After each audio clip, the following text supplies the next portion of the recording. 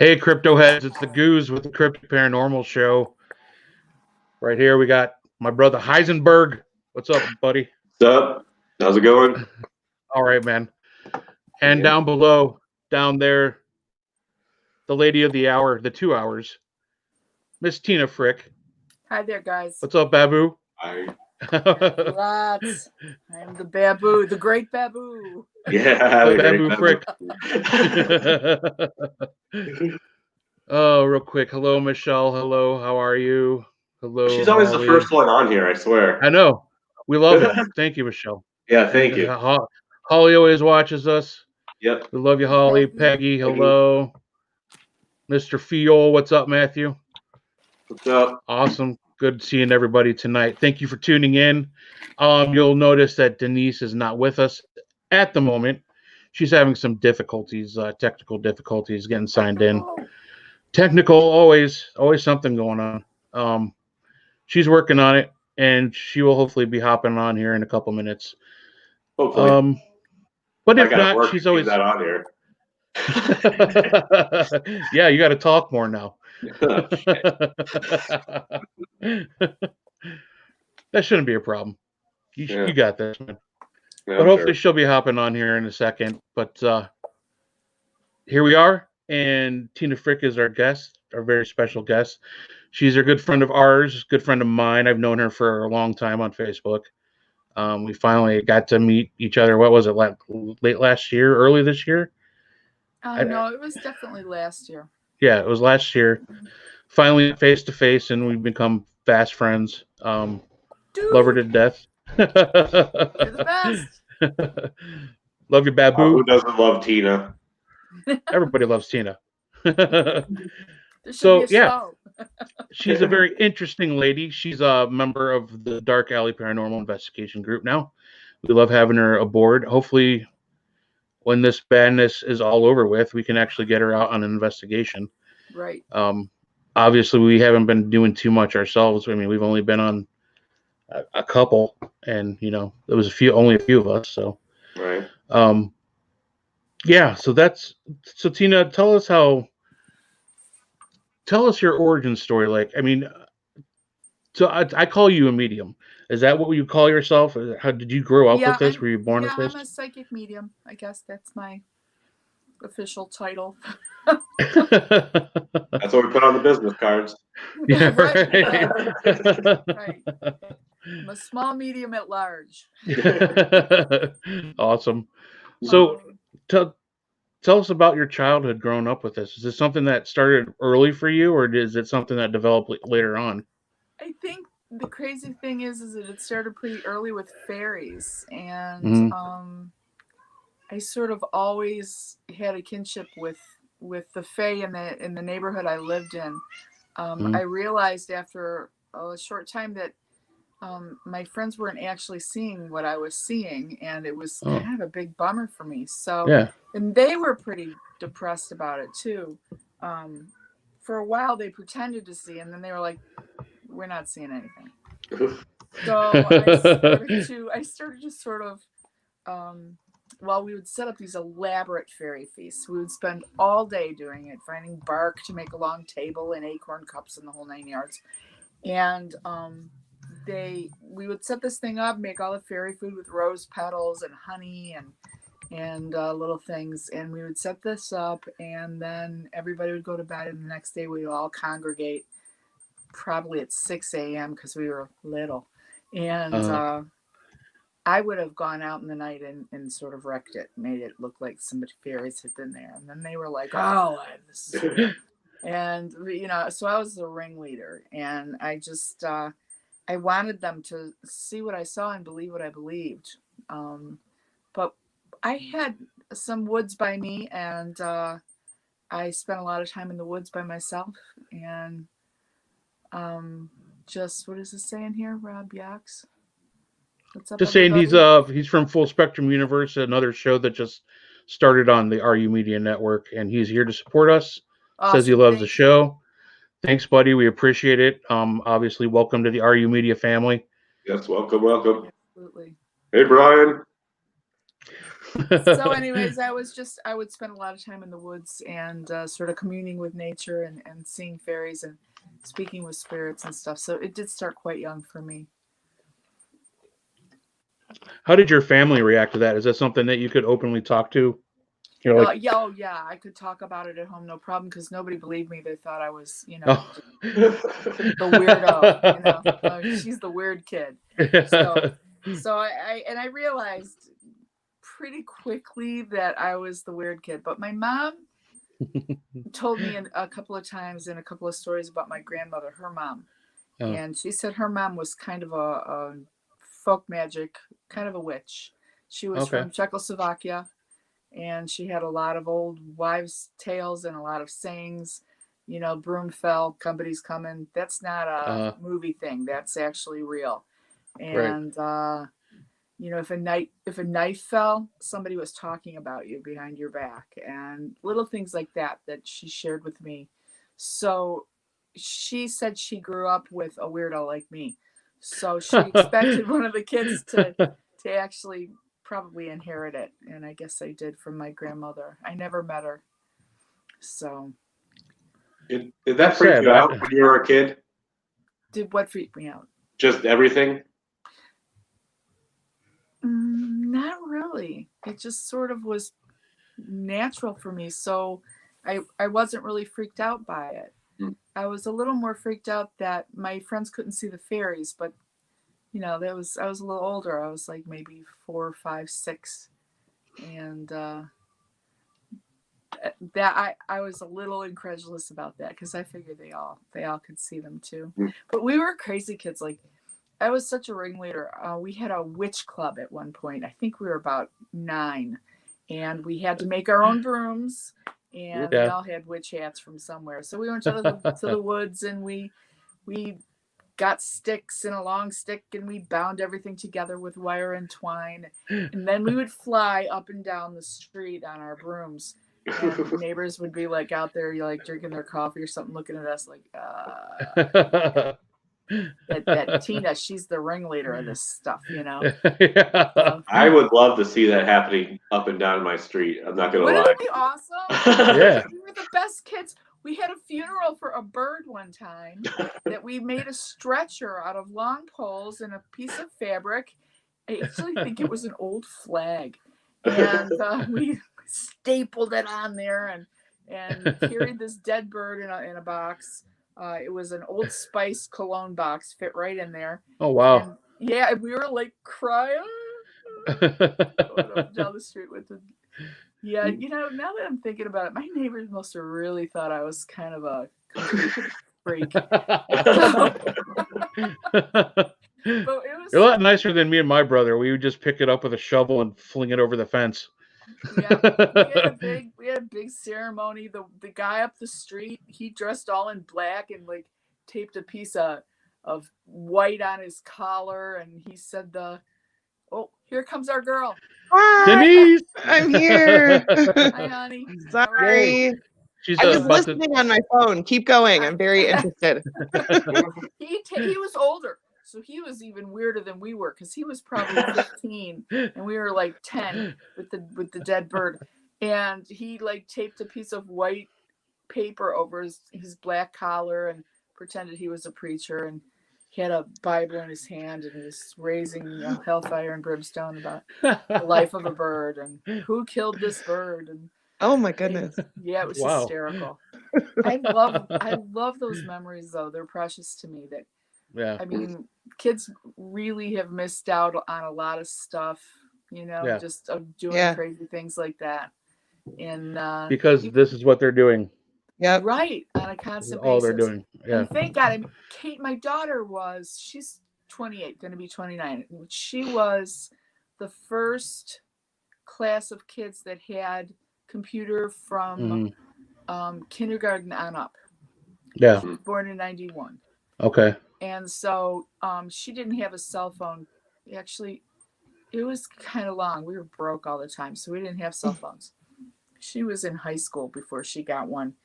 And but since then, she's had that damn thing in her hand constantly.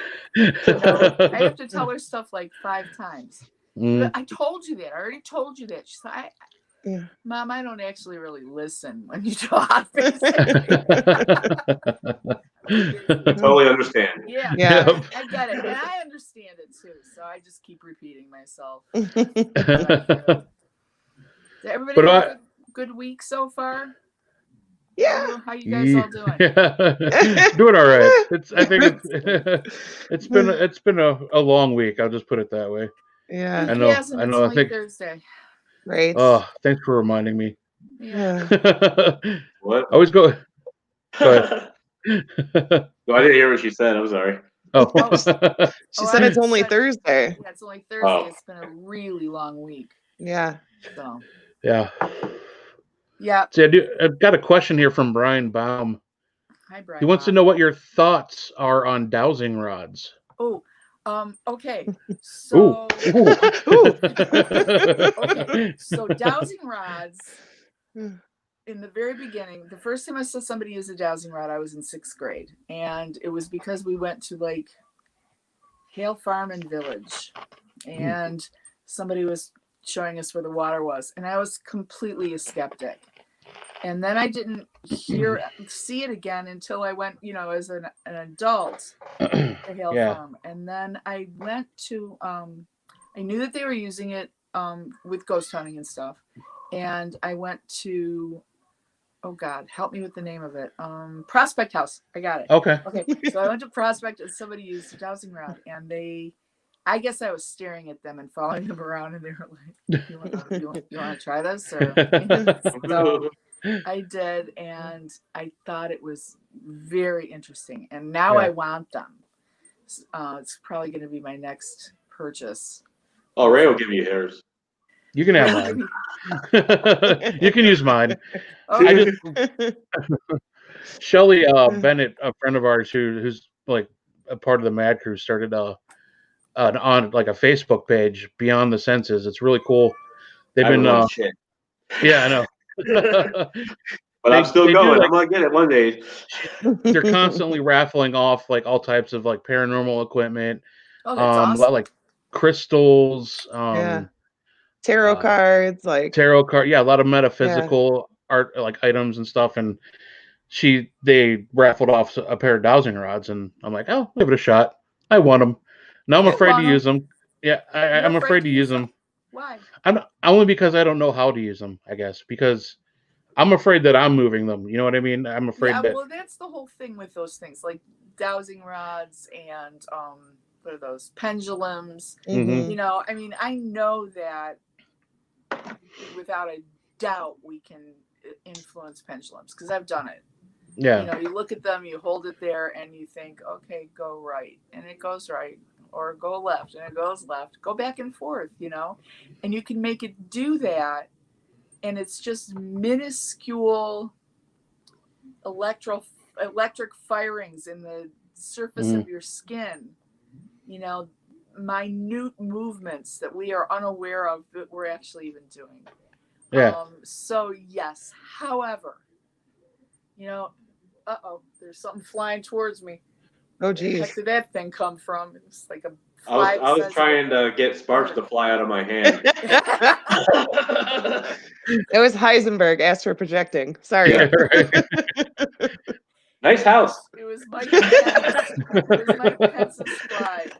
And a cry from hell. Anyways, I know that. Where was I?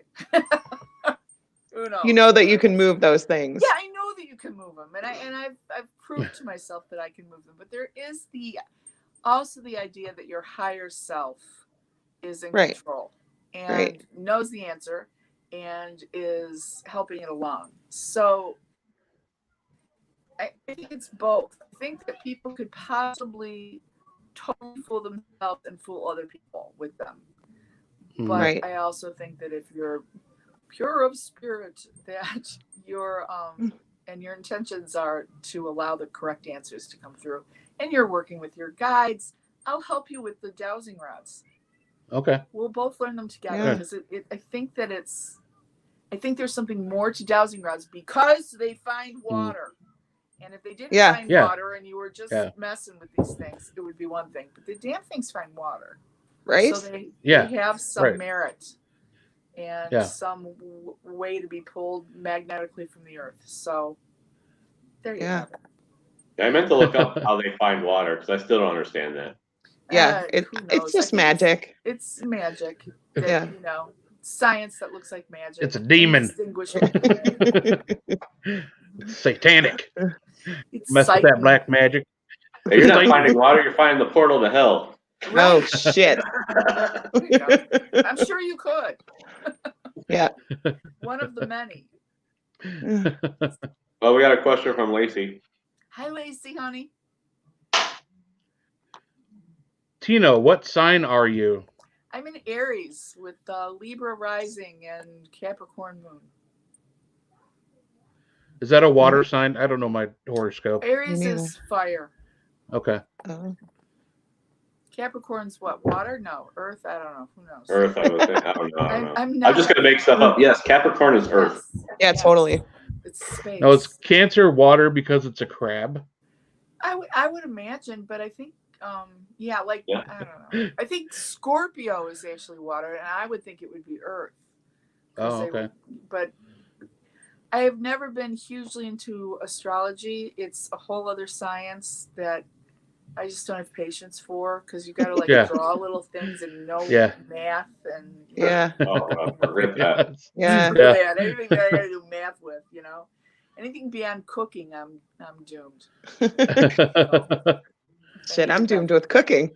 Yeah, well, well, if there's measurements involved, I'm really damned with cooking. Well, I think I like to cook better than I like to bake because cooking is like, throw this, a pinch of that. This, it's a lot more forgiving. Baking is very precise. And Kate's a great baker.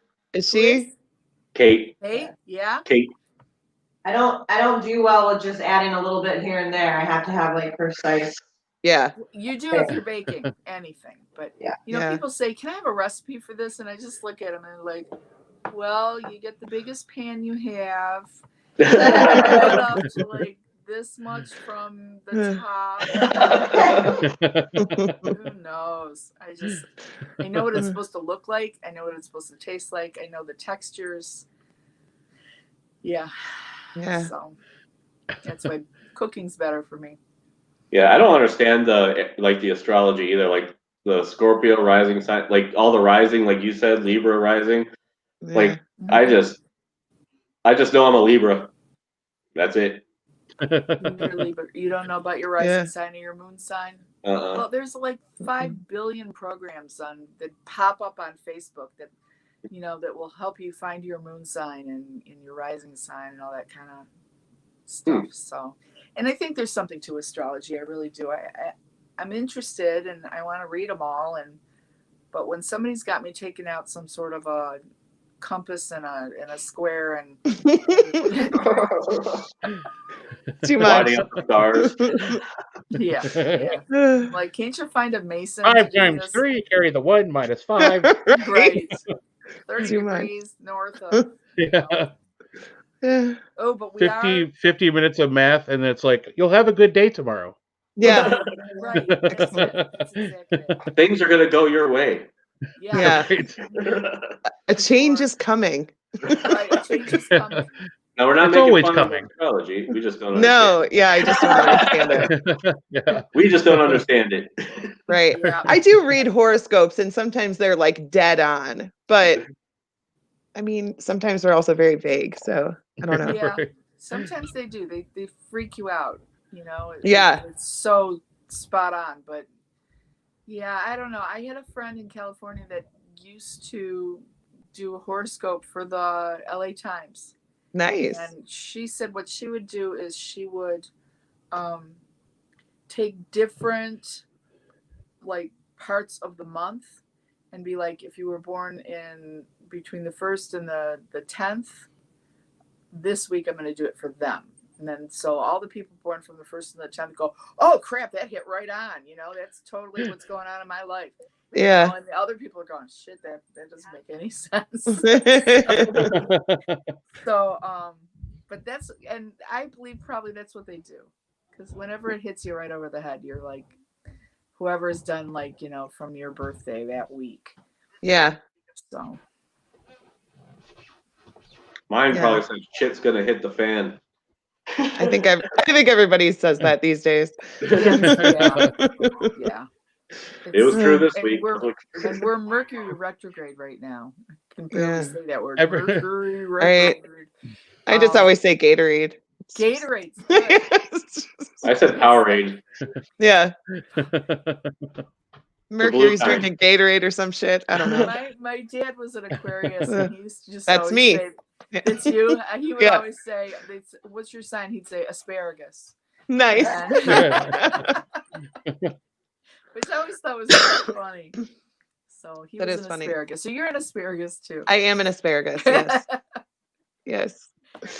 But the Mercury is. I know that that's such bull crap that happens when Mercury is retrograde. I can't. Yeah. I hate it. I mean, I have to admit, it does seem to line up. Like when I seem to have a really shitty week or couple weeks, it does seem to line up with, when Mercury's drinking her Gatorade or whatever. Yeah. So I feel like there is some truth to it. There is. There absolutely is. I am always like, oh God, because I know something's gonna go wrong. I'm off. I've been off work for a few months due to illness, and I didn't see my phone Monday, and I didn't pick it up till Wednesday because what am I doing? I'm not playing on my phone. And it looks like HR called me, and I was like, oh man. So I called HR and left a big long message, and then I guess HR called me today and left a message while I was at the doctor's, and it said like, you never called me back, and I'm thinking like, yeah, I did. And then I leave my phone home, and I had to run to the drugstore, and tonight, like at 7, I looked at my phone and my boss had called and left some big giant message about, oh geez, you need to get a hold of us and blah. I'm like, yeah, good luck with that. It's Mercury. I'm not even gonna call you back till tomorrow. Mercury Gatorade. Bite me. Wonder if I could put that on my voicemail. Like, don't talk to me until Mercury's done. Ouija. My cat's in heat. Oh, I love a little kid who's 8 or 9 years old, and she has a very bad heart murmur, so they won't fix her because she could die. And so from now until she's 37,000 years old, she's just going to monthly drive me crazy because it doesn't go away with them. It's not like they have kitty menopause. Yeah. Oh, no. She'll be in a, you want to come see everybody or no? I'm not. You heard it here first, folks. Kitty menopause. No kitty menopause. No kitty menopause. Was not happen. Menopause. Holly said, don't say Gatorade too loud. Is that like Beetlejuice? Like we say it too loud, Gatorade's gonna come? Exactly like Beetlejuice. I'm not sure what happens though. I think your car breaks down. Right. Done that. Yeah, mine did. So how's everybody like? Let's see, how do I do this? My giant 3-headed broom. That's awesome. It does have 3 heads, huh? That's cool. Did you make it? No, I wish I did, but it was. Does that fly like extra fast? Is that like turbocharged? It's more kind of like a lowrider, Oh, nice. Gotcha. Mm-hmm. You got to do the Detroit lean. Yeah, exactly. And I just got a new broom from my daughter, which I've always wanted. It's black. It's got black bristles. It's just gorgeous. I love it. Got it for Mother's Day this year. Nice. Like, do you use it? I fly with it. Oh well. When it's at home, do you use it to cleanse your house and stuff? Yeah, I probably should. I haven't yet. My house is sort of a disaster area ever since COVID. I appreciate that. So I haven't done anything great. Yep. I'm trying to get some major cleaning done between now and the end of the month. I'm gonna have a little ritual on Halloween, so we got to. I mean, this is such a magical year, being overpowered by a lot of crap. We've got a full moon on the 1st of October and a full moon on the 31st of October, so we have a blue moon. and it's full, which is beautiful.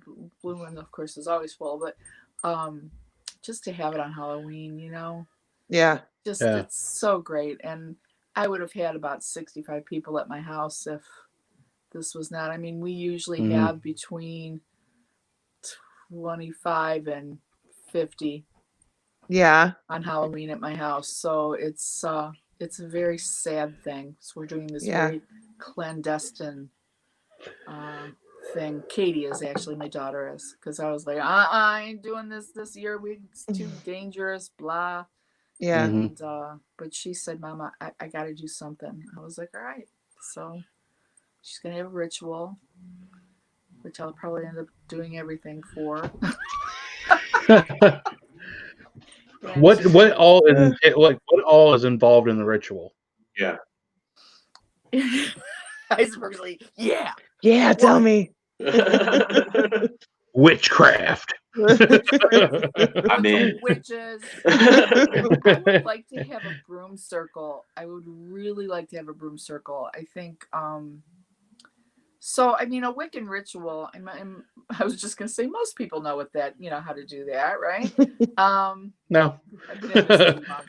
Yeah. I mean, it's different if it's public versus private, because you are going to sort of abbreviate some of the things. But a ritual for Halloween honors the dead. We have our altar up for the beloved dead, and we call their names. Everyone calls, like round robin, whatever, like I'll call out the people that I lost in that year and the next person. And we have a big altar covered with candles and pictures of our loved ones and ancestors. And Goose, you should get me a picture of your mom for the altar. Okay? All right. Just make a copy of it. Okay. And I'll put it up on the altar and stuff. But and I lose it over all my rock stars that are dying. So I have all their pictures and on the altar, and so we do a ritual for them, and we leave them offerings. And as I said, like, we call their names and thank them and tell them that we love them. And you can then put an offering in the fire that would be for them. It can be a piece of their favorite cake. It can be just herbs, or just something that, like, if it was my sister, I usually try to save a day. She was a daisy girl, so I usually put a daisy out for her. And then I also do an offering to get rid of the negativity that we've had in the year. Everybody gets these pieces of special paper that I hand out to them, and they write down something that's bothering them, a person. Throw them in the fire. A person, a bad habit, something negative that's bothering them that they need to get rid of. And you write it on the paper. And then I have a big black candle that I use, and can do this privately, write their wish or whatever for the year, or actually I do wishes in the spring, so just what they need to get rid of. So then they put the paper to the lit candle, and I use flash paper, so it just that's awesome. it's magical. It's very effective. It definitely helps you visualize that thing leaving your life, and we our ritual is, you call quarters, you call the north, south, east, and west, and ask them to hold the barrier between the worlds for you. And the people, 4 of us call the quarters. Anybody can do it. You don't have to be a witch. You can call quarters. A lot of people ask to do it, and I give it a little piece of paper with that to them. And we set the circle. The circle is sacred space, and it's between the worlds. You're not really on the earth anymore. You're sort of in this other dimension when you're in circle. And you want to draw this circle because it protects you from negative entities. And so you're in the circle, you know, you can perform magic, you can do prayers, you can do worship. And I tend to feel that many of the circles that I've been through and to, they don't do any worship. They'll be like, you know, Menon McClear or accept this sacrifice. But to me, and they pour out the wine and stuff. But to me, that's not worship. I think worship is more when you kind of go into a trance a little bit and you're speaking to gods and goddesses and you make a connection with them and you can feel them and they feel you, and you can be singing or chanting. But I it's always been a thing with me that I don't feel that pagans really do worship in the proper way. And I probably learned how to worship as a child from the Catholic Church.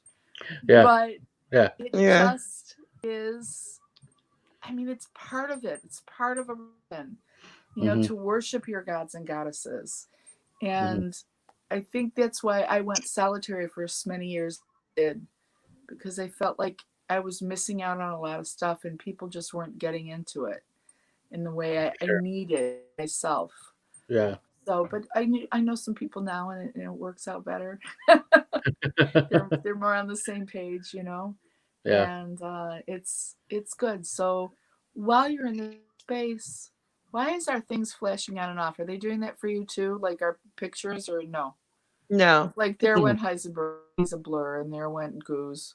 Oh no, it's fine on our end. No. Yeah. You guys are good. All right. Yeah.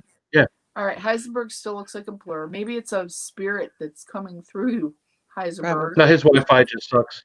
I got it fixed. See, we need to work on your camera next. I'm not just saying what I said earlier. Piss off, Goose. Anyway, so when you're in circle and you're in this sacred space in the worlds and the gods can hear you, it's the best time to do magic. I don't like to cast any or do any kind of, you know, ritual without a circle. It doesn't feel safe. So it also makes you connected to the gods. You know, you've got their attention. They're like, we're here, what do you want?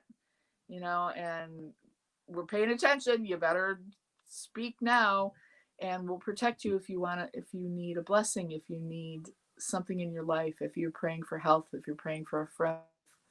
It's a great thing to do it within a circle because you've got their attention and they're listening. It's very cool. It's very cool. Yeah, that seems That's fascinating. I would love to be. You will. I'm dragging you to my house one day.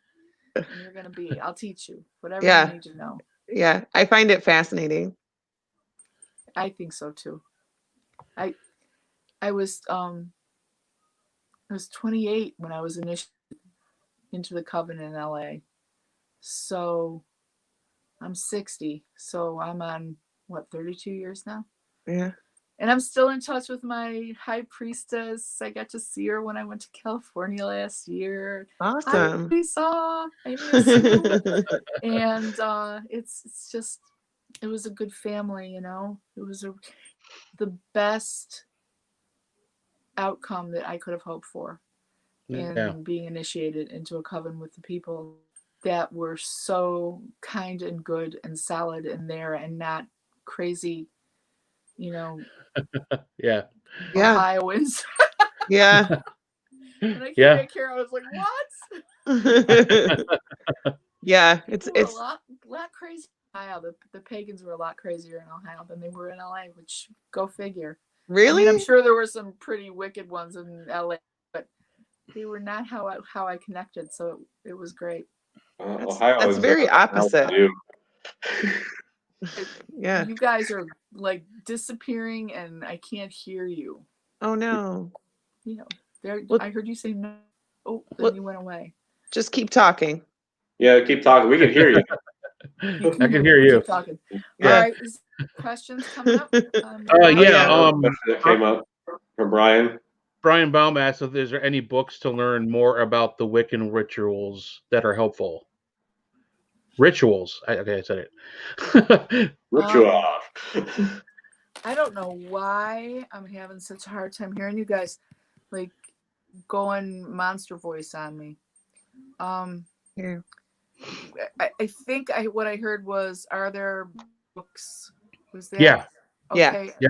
Books about Wicca that are helpful. Wicca rituals. Helpful. Okay, that's why I got helpful. Well, Raymond Buckland's book on witchcraft is sort of the primer for everybody. We call it Uncle Bucky's Big Blue Book.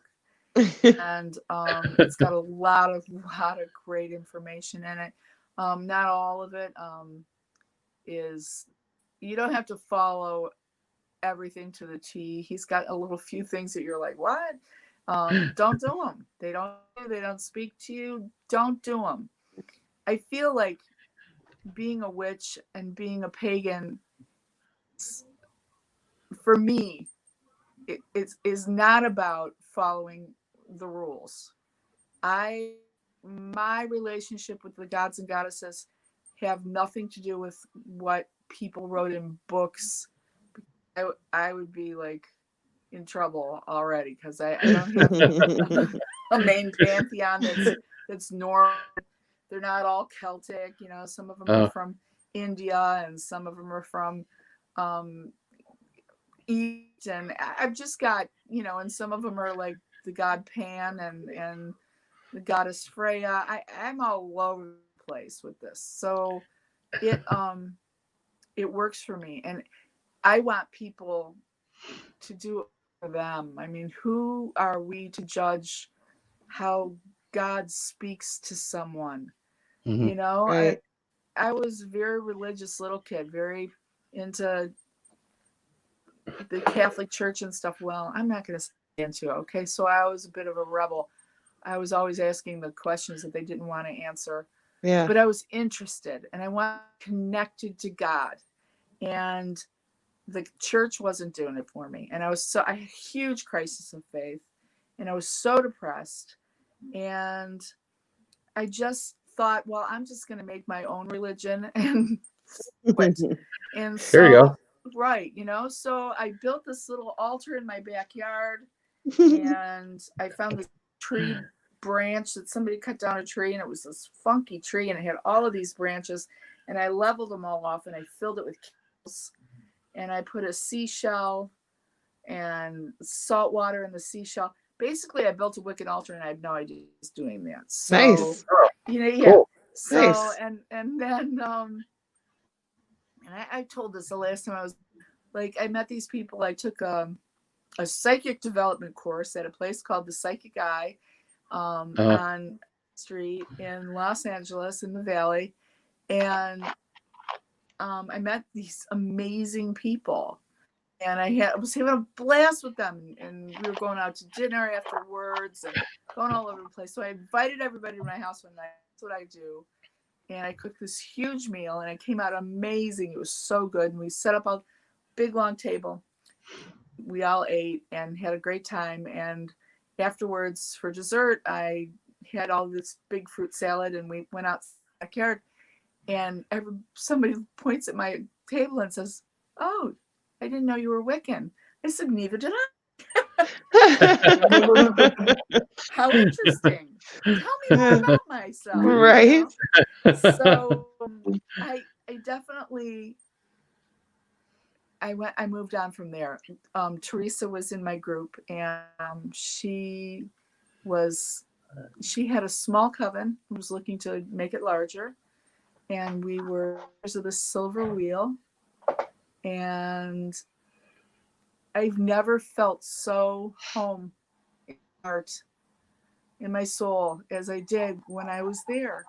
And she insisted on that we all do a self-initiation first, a private ceremony for ourselves to be initiated into it. And then once we did, we came and said what gods and goddesses came to us and all this stuff. And we were then initiated.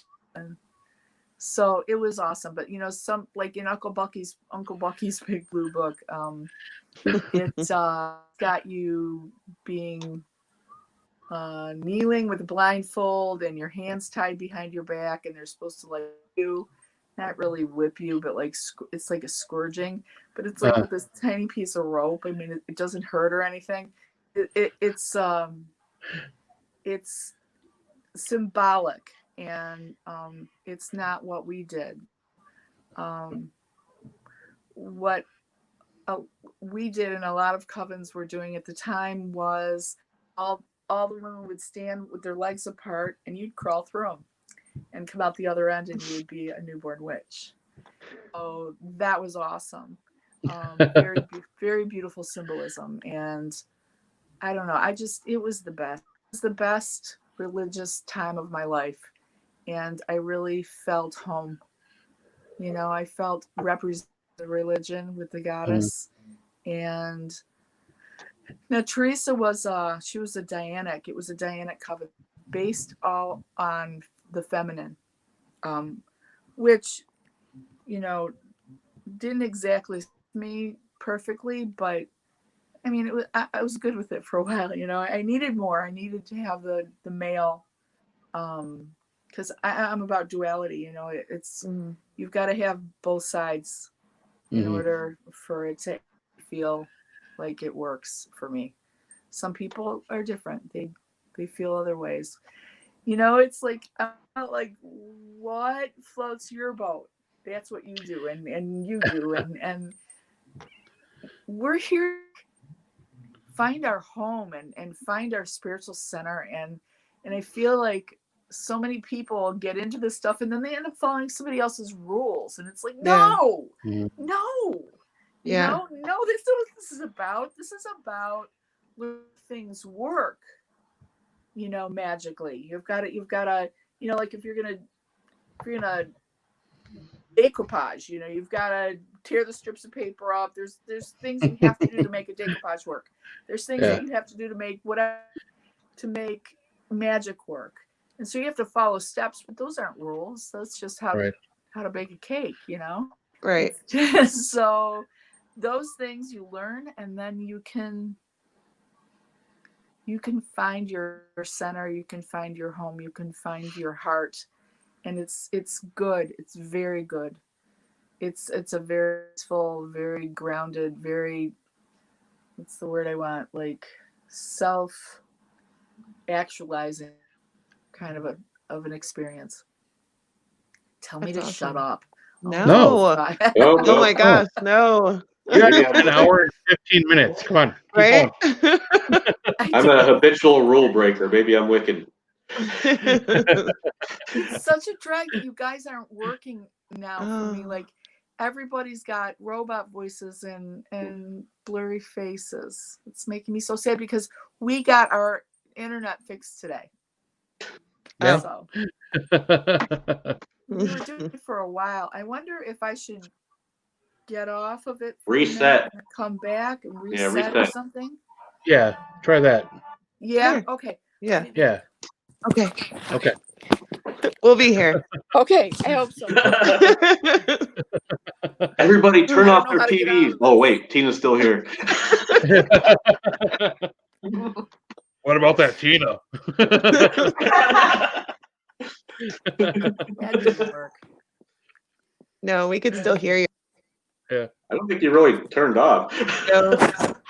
I think she just covered the camera real quick. Oh, there she goes. That was a little too fast. That was me.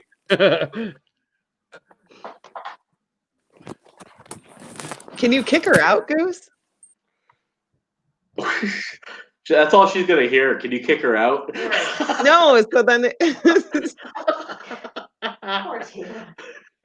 love it. There she goes. Okay. All right. I kicked her out. She should be able to get back on.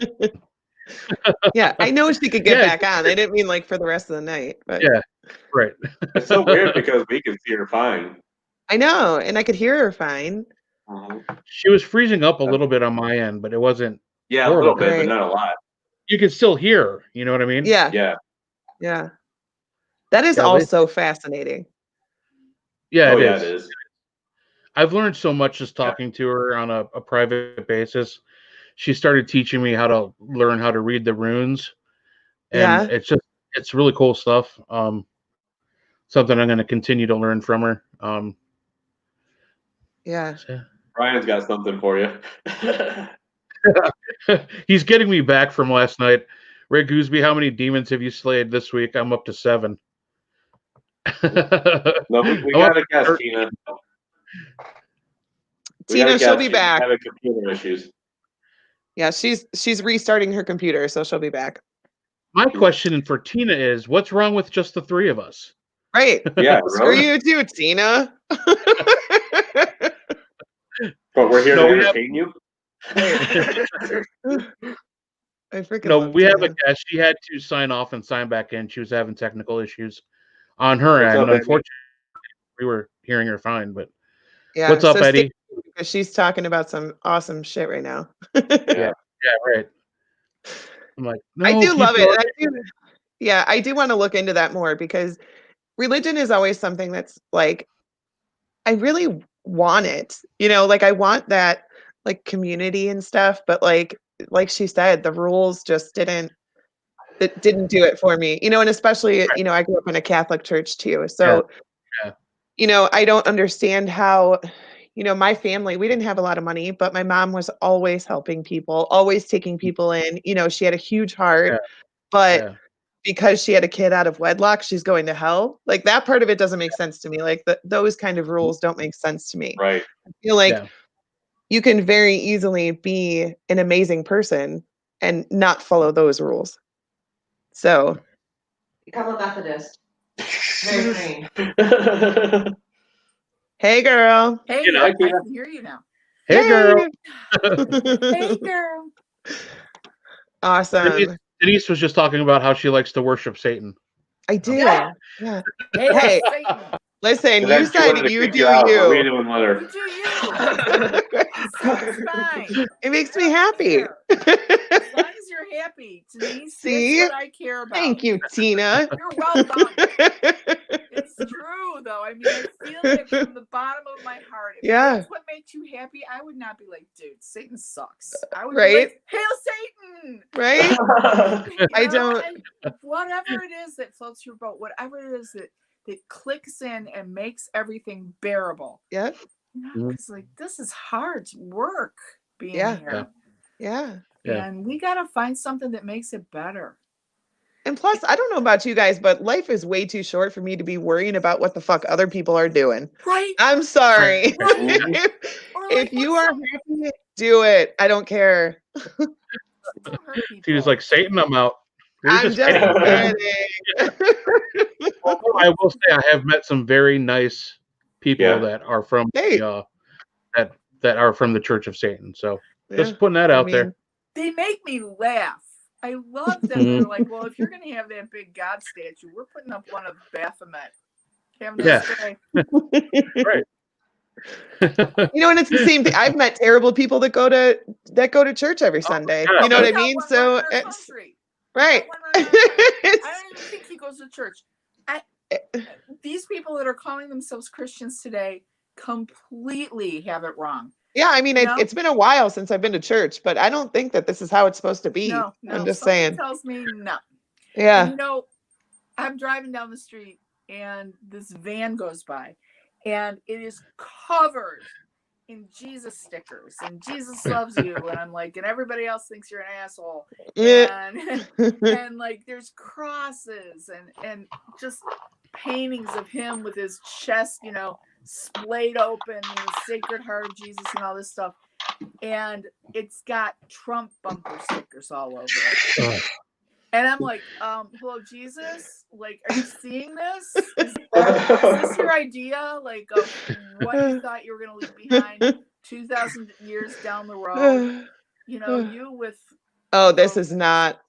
just the world in general is not... No, this is not what we're supposed to be. No, it's I think that's the hardest part for me, like... It did me too. I think that's why I can't handle watching the news and stuff. Like, this is not this is not how humanity is supposed to behave.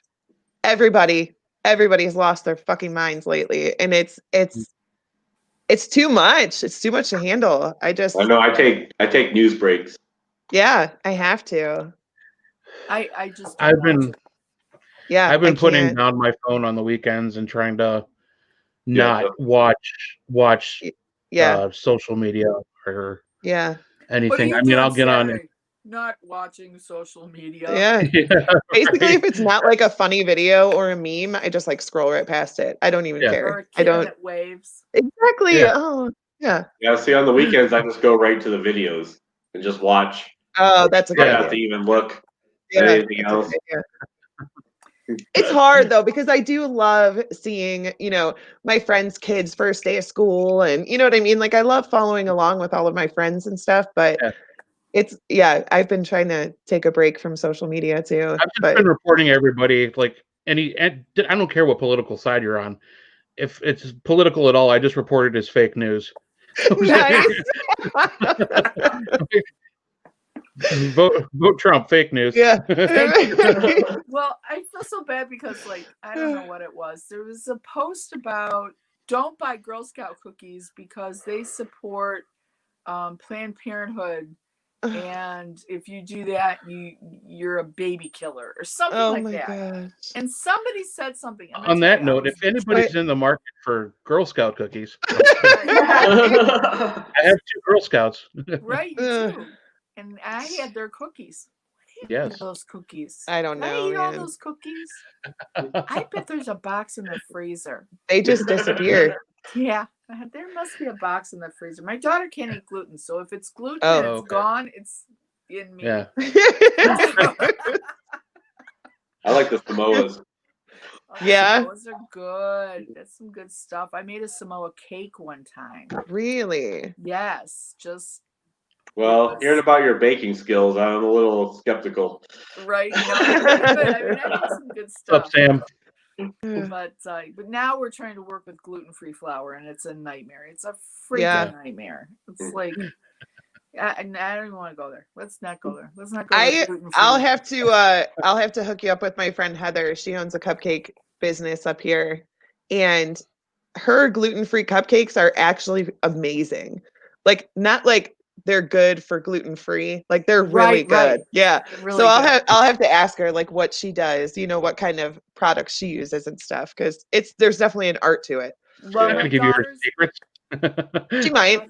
I love that we were talking about Satan and all that stuff, and we started talking about gluten, and Tina's like, I don't want to talk about it. Let's get back to Satan talk. I don't want to talk about gluten. Did you guys ever see this video? It was extremely blasphemous for any devout Catholic, okay? It really was. But I thought it was one of the funniest things I had ever seen. It was a guy who was obviously a Satanist and obviously I don't know, high on something. And these nuns were laying hands on him and praying. And he was laughing quietly, but he reached out and he picked up the nun's crucifix around her neck and lifted it up and turned it upside down while she was praying. And I almost wet my pants laughing. I can't find it. I've been looking for it. I feel like somebody, the Pope, found it and got it off. Take that off the internet. The entire universe is gone. Shot it to the moon or something, but it was the funniest thing. I'm still looking for it. If anyone knows it or has it, please send me the link. The blasphemous, funny link. I'll find it. Being a kid that went to Catholic school, that definitely just made me laugh so hard. Yeah. The look on his face too is priceless. God, I'm going to hell. Are you gonna have Eddie Van Halen on your altar? Or I am, actually. I will. Yeah. I'll tell you guys what. If you watch the video for Eruption, 1986, it'll blow your mind away. I loved him. I loved him. I hated Eruption. The Eruption video on 1986 or in 1986 is the one I've been watching lately. Yeah. Yeah, so I highly recommend it. It's amazing. I will definitely, probably as soon as we're done here, flip it on. I used to hang out at a bar that David Lee Roth used to go to all the time. And he was such a piece of work. He never had any money. Hey, baby, buy me a drink. Buy me a drink. Oh my God. Hey, do you have a cigarette? You got a cigarette. Come on, Tina. You got a cigarette. I know you got a cigarette. You have menthols. Give me one.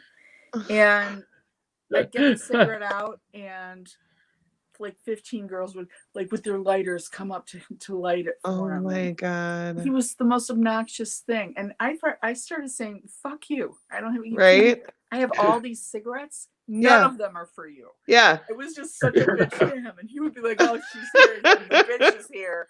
You know, and I'd be like, yep, you ain't getting a drink. I'm not lighting your cigarette. You don't have money. You suck. And David Lee Roth was such a jerk. Oh my God, he was such a jerk. And I watched the video, what was it the other day? Crap, I'm not gonna be able to remember the name of the video. He is the biggest strutting pimp, and he's not even good at it. He has the best freaking rock and roll voice. I want to just kick him because he has no talent. But and he does. So good. He's so fucking good. I just want to smack him with a bat. Get your shit together. Yes. Be a good person too. Right. You know? Oh, and just watch some of those videos with his, like, oh my God, he's hideous. He's hideous stuff. But Sammy Hagar sucked, and wasn't there somebody else that sang for them too? Because David Lee was such a it was a guy from. I think there was the guy from Extreme, but I don't know if he was such a jerk. I think they just didn't, like David Betancourt or something like that. No, something. I can't think of his name. Roth. Let me just make sure. David was such a jerk that they had to throw him out every once in a while. Oh yeah. And then bring him back because, like, that freaking voice was amazing. Yeah, he's. Have you seen the meme where David Lee Roth's face looks like Dr. Smith from from Lost in Space? Have you seen this? I wish I could put it up. It's the funniest freaking thing. Put in Dr. Smith and David Lee Roth. See what comes up. It is so freaking funny. He totally looks like him. Dr. Smith was an old queen. He was so funny. I loved it. But yes. Just Holly, I agree with you. Rick Nielsen is awesome from Cheap Trick. Oh yeah. Yeah. Yeah. No doubt. But yeah, watch that video. I will. Oh, tell me what it was again. It's gone. It was the song is called Eruption, and it was from like 1986. That the video, the song was older, but the one I like was a 1986 version. Okay, I got it. I wrote it down. Here, I found it, Tina. You're quick. That is hilarious. That is hilarious.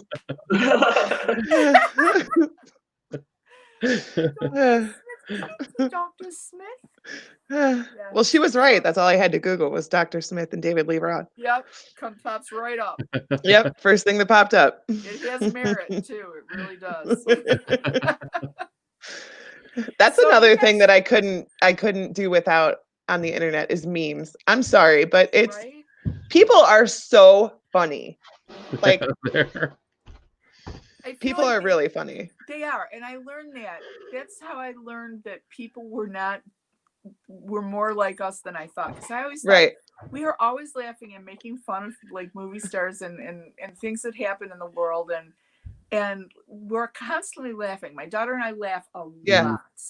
And I thought, I wonder if other people are like this. And when the internet came out, I mean, human beings are hilarious.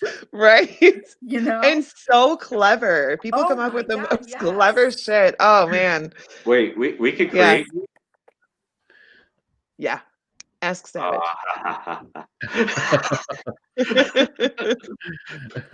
So here's a deck of tarot cards.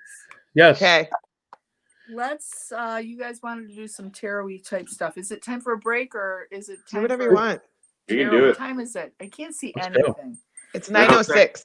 We don't have to take breaks anymore.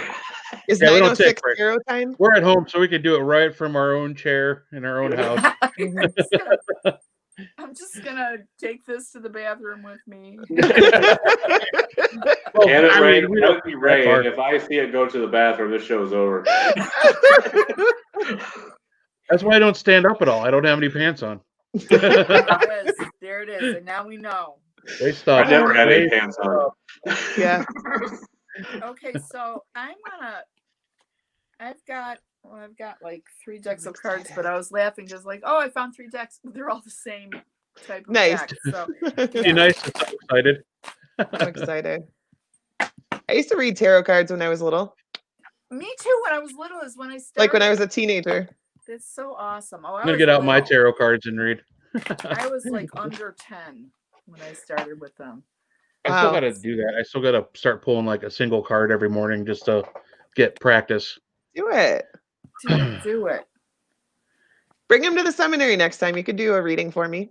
Oh, I will. I'll be a guinea pig. Okay. Real quick, I love what Sam Thomas said, because when I read it first, it made me laugh because I thought, like, he said that Lars from Metallic has an asshole. And I was like, oh, okay. And then he fixed it, but I was like, oh, yeah.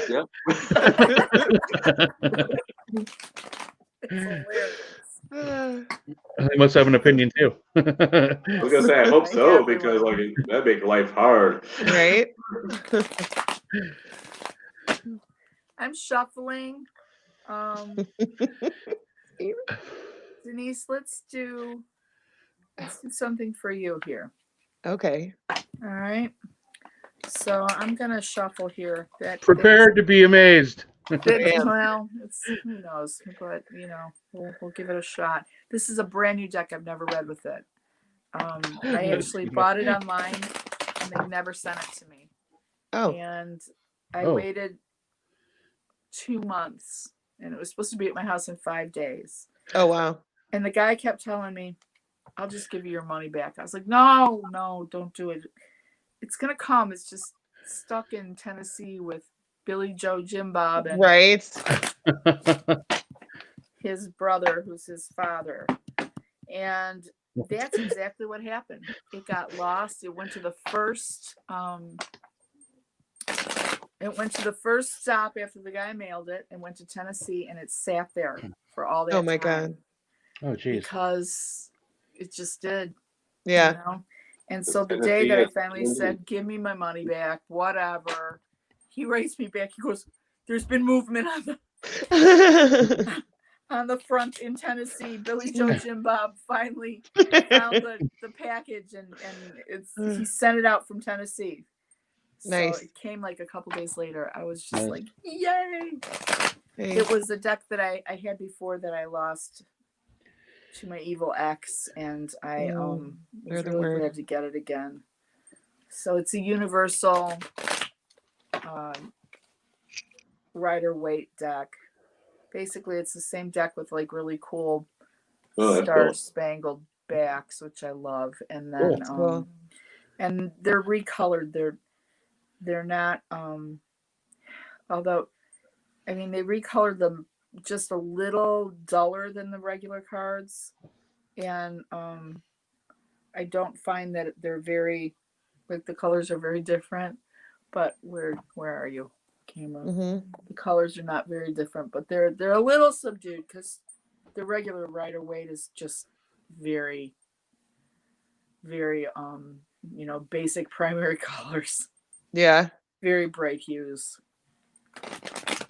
So what we're gonna do, Denise, is I want you to sort of tune into me. Okay. I want you to sort of take a couple of deep breaths and relax your shoulders, and relax the stress in your neck, and do a couple more cleansing breaths real deep in through your mouth, through your nose. And I sort of tuned into you the other day. You're such an open person. I was like, I said to Gooseby, you know, he goes, "Oh, you're gonna love Denise." I said, "Oh, I already do. I totally love her. She's awesome." I said she's got so much compassion, and she can't.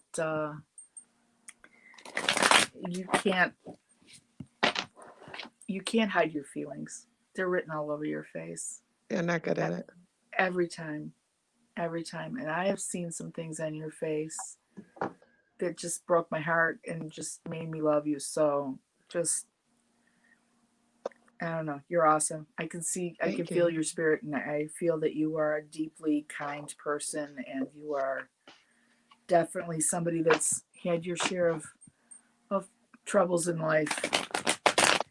And nothing makes you bitter. You just take it as it comes. It's true. There's no point. No, there is no point. Yep.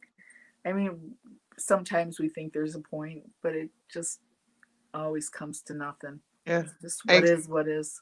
I explain to my kids all the time, if no amount of tears or anger is going to change what's already happened, so you might as well just be happy. Yeah.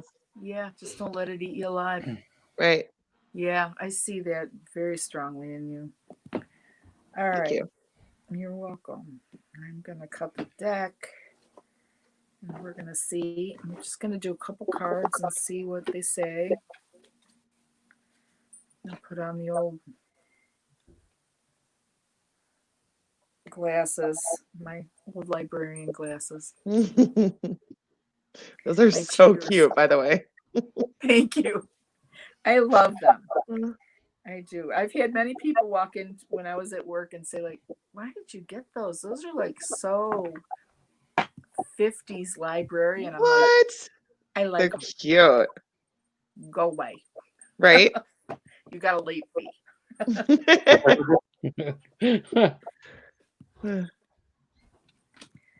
Okay, we've got the Seven of Swords, the King of Swords, and the Emperor. And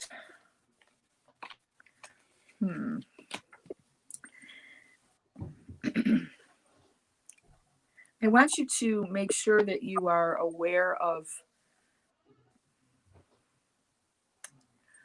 your belongings. The Seven of Swords is a guy sort of creeping away with a bunch of swords. And it's dawn and nobody's looking. And he definitely has designs on taking something from you. And it doesn't have to be a physical item, but it could be emotional. It could be, you know, like a plan to do you wrong, basically. Okay. And I feel it's a man, isn't it always? And I feel like you just need to be aware. But when I see something like this, I also tell people, don't walk away from your purse, you know? Make sure you tuck your wallet back in your purse and zip it shut. Make sure you lock your car doors, you know, with your stuff in it. You know, just sort of try to keep an eye on that stuff and make sure that especially we had all kinds of stuff like that could go wrong. What is that noise? You've got the King of Swords and the Emperor too, so just make sure you don't get a speeding ticket and you have to have any kind of legal things, because it looks like there's something legal that's going to possibly happen here, and you want to make sure that if you can avoid this, do it. Okay. And you know, the great thing about the future is that it's always in motion, and depending on what we do in a day and what choices we make, we can change it.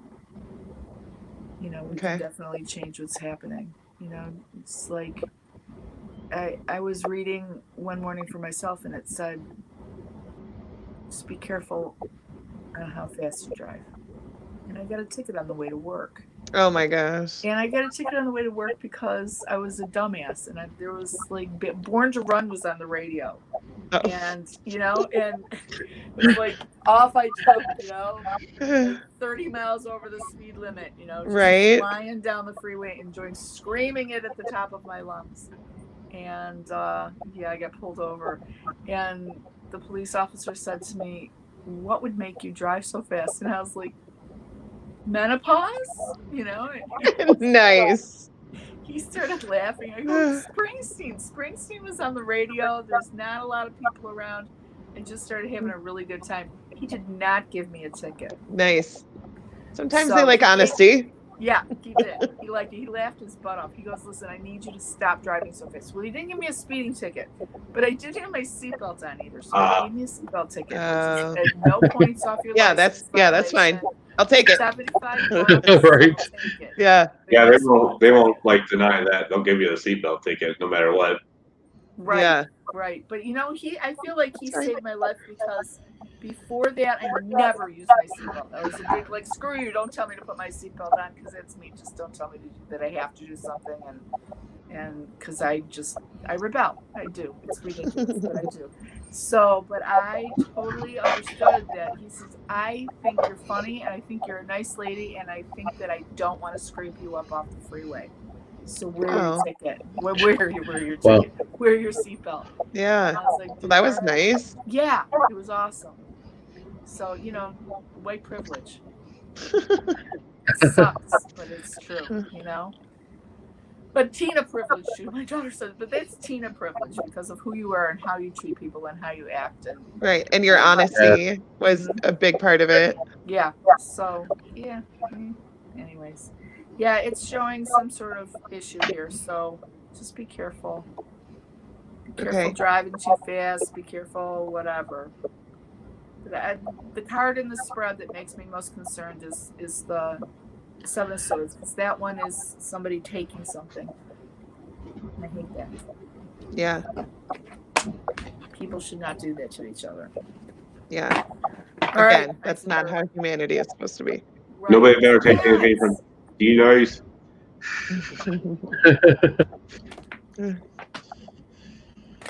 We will come after you.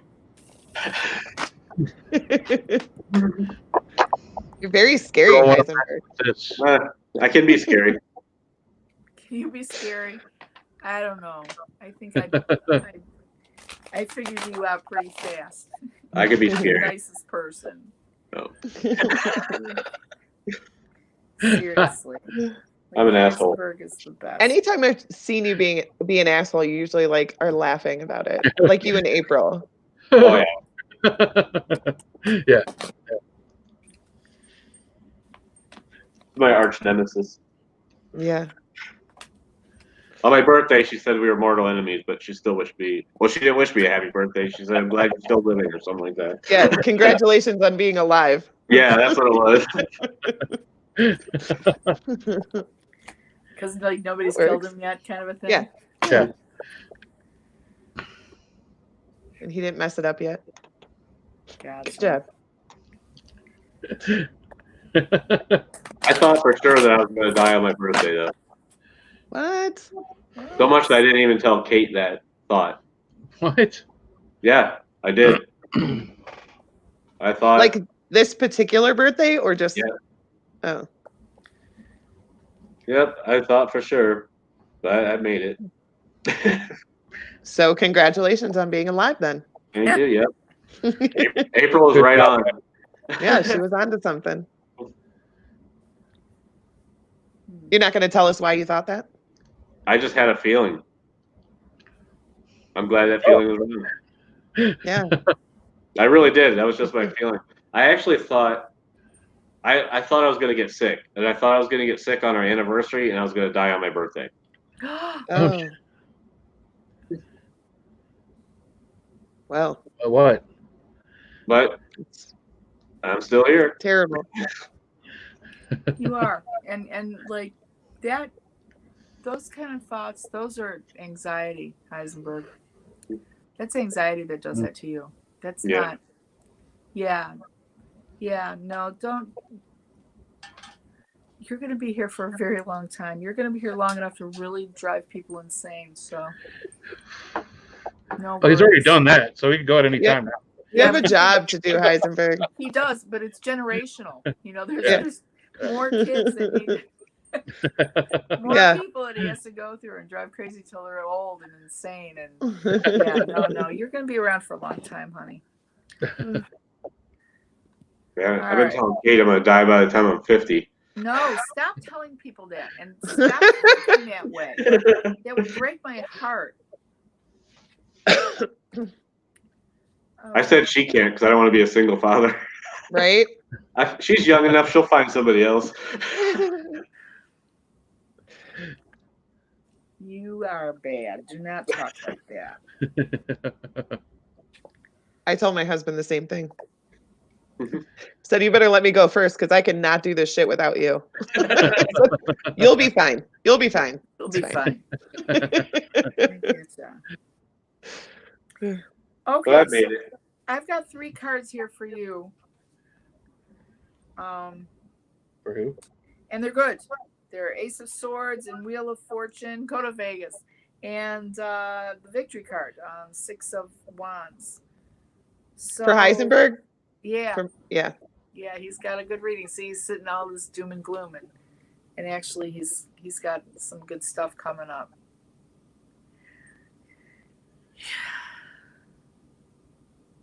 Okay, so 2 of the cards have to do with victory. And is there anything going on in your life that you have to that you sort of need to win, like a situation, something at your work, things like that? Well, I got to be able to sell my truck and get a better car. Okay, it's good. All right, so you've got all the tools you need, and you're gonna win this. The thing that pisses me off is the Wheel of Fortune, because it's still spinning. So, but the Victory card after that, the 6 of Wands after that, says that what you are wishing and needing right now is going to happen, and that you shouldn't worry about it. You've got definitely 3 really good cards here, and you've got the gods on your side. I love the Wheel of Fortune card too, because the the wheel, is that my cat crying? The wheel always, it turns constantly, right? It turns up, turns down. But in this card, the devil's on his way down, and the angels are at the top. So it's good stuff. It's good stuff for you coming up. I wish Kate was out here to hear it. That'd probably make her feel better. You just tell her. You'll play this back. Shit, Kate is one of the tools that you need to get this done. So she already knows. He already knows that. I swear that was the best thing when she did to that deal. When they were like, "This will look good," and she was like, "Yeah, it'll look good in somebody else's driveway." That's funny. I was like, "Damn!" Right? Brian Baum says you need another warm Pepsi in his future. He is right. Good job, Brian. He's literally going to walk away and go get one. You don't walk away during the middle of your reading. Thanks, He's Brian. Done. Oh, okay. He's only got 3 cards. He's good.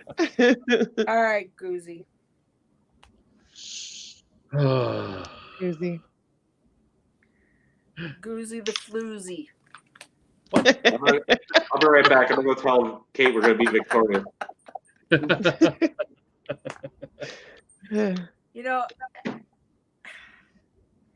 3 of Swords keeps jumping out of this deck. It's jumped out since I started shuffling it 3 times, and then at one point when I put the deck back together, I went through it with my hands, and the 3 of Swords was flipped the wrong way. It's the card that the hearts. It's a heart, and it's got 3 swords in it. Mm-hmm. I don't know who that's for. Maybe somebody in our audience, but it just fell again, and it's driving me a little crazy. But there's some. What is it for? There's some heartbreak. But there's so much heartbreak right now. It's everywhere.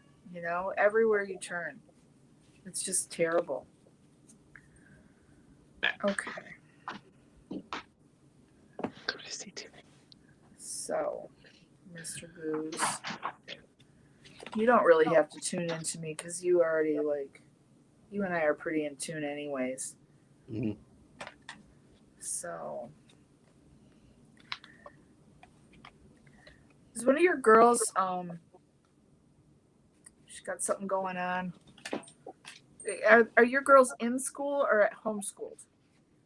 They're doing school 2 days a week and home 3. Oh, that's nice. Yeah. So it's like social distance learning, even in class. They keep them pretty well separated. Oh, that's awesome. Good, because I can't believe they're sending kids to school. I mean, they've got to, but it's still so hard. One of them is excelling and is doing something that is remarkable. Not that the other one isn't, but there's some sort of accolades that one of your daughters is going to receive. Okay. For work she's doing in school. She's going to be recognized. Cool. Basically. God. Your daughters are so beautiful. And I love the name Piper. Thank you. Piper, what a great freaking name. Yeah. So great. Yeah, she's got, it's medals and it's just, when I see them, the medals just mean that she's doing great work. There's something that she's going to excel at very soon. You'll know what it is. I'm trying to see which one it is, but I'm not going to say it anyways because both your girls are so great. Yeah, they are. Really cute kids. They're growing too fast.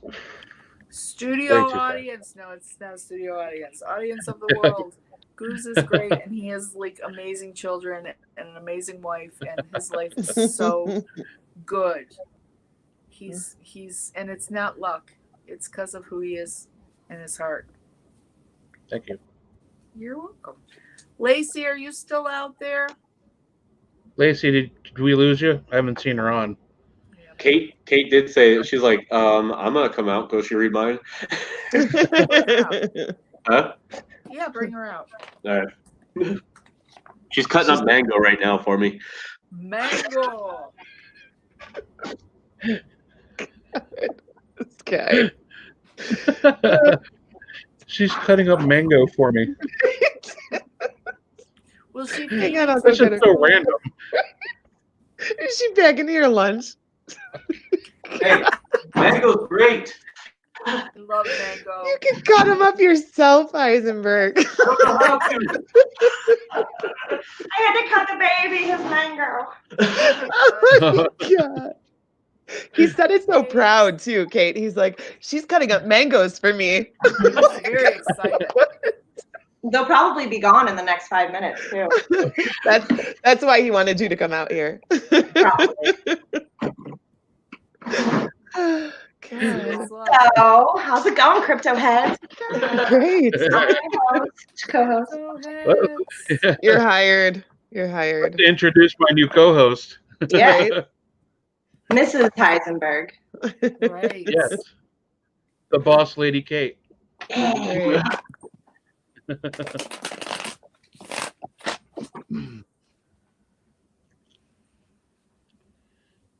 Which baby, Andrew? The big one. The big one. I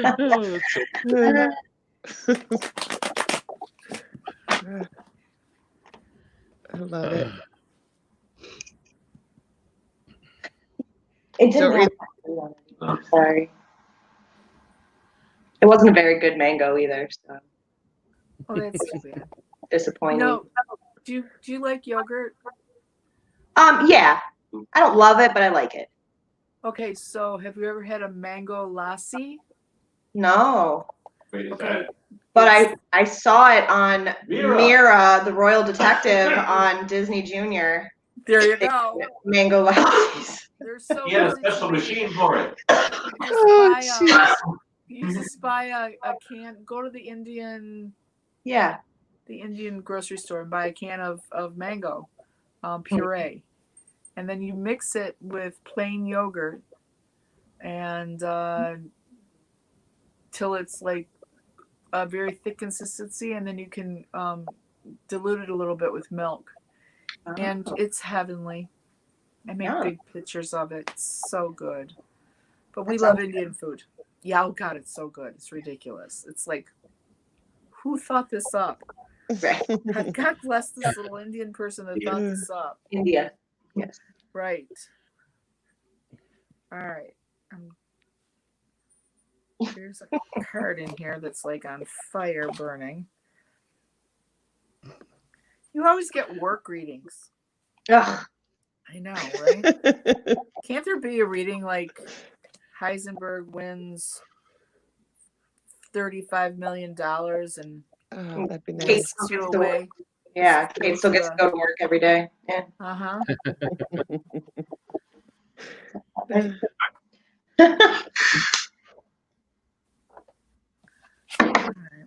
Oh.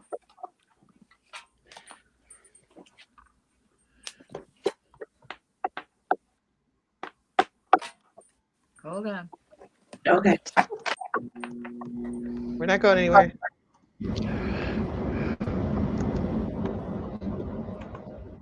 There's that noise again.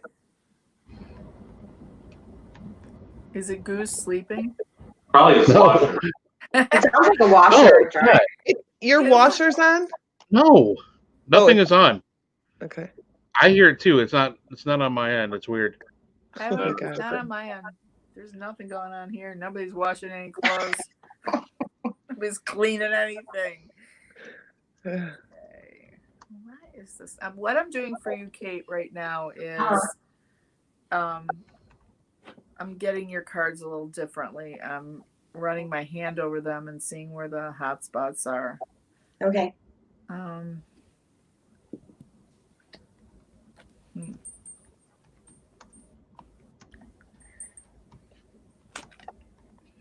Is there some sort of a thing going on where your hours are cutting into your time with your child in some unusual way?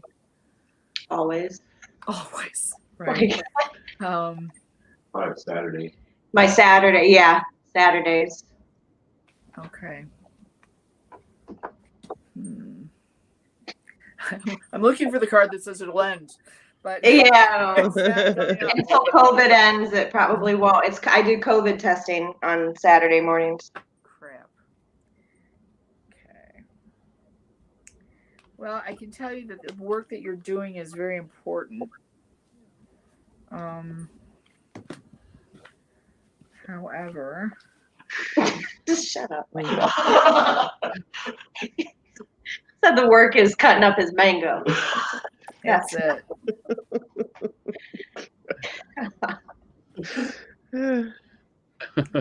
Wow, it's really kind of a big burden on the whole situation for you.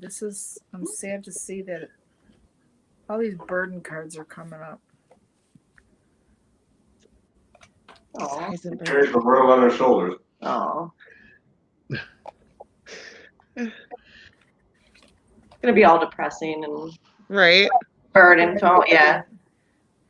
Well, there's something going on there that is that you are unaware of. Okay. And maybe it is possible that because we've got the moon here.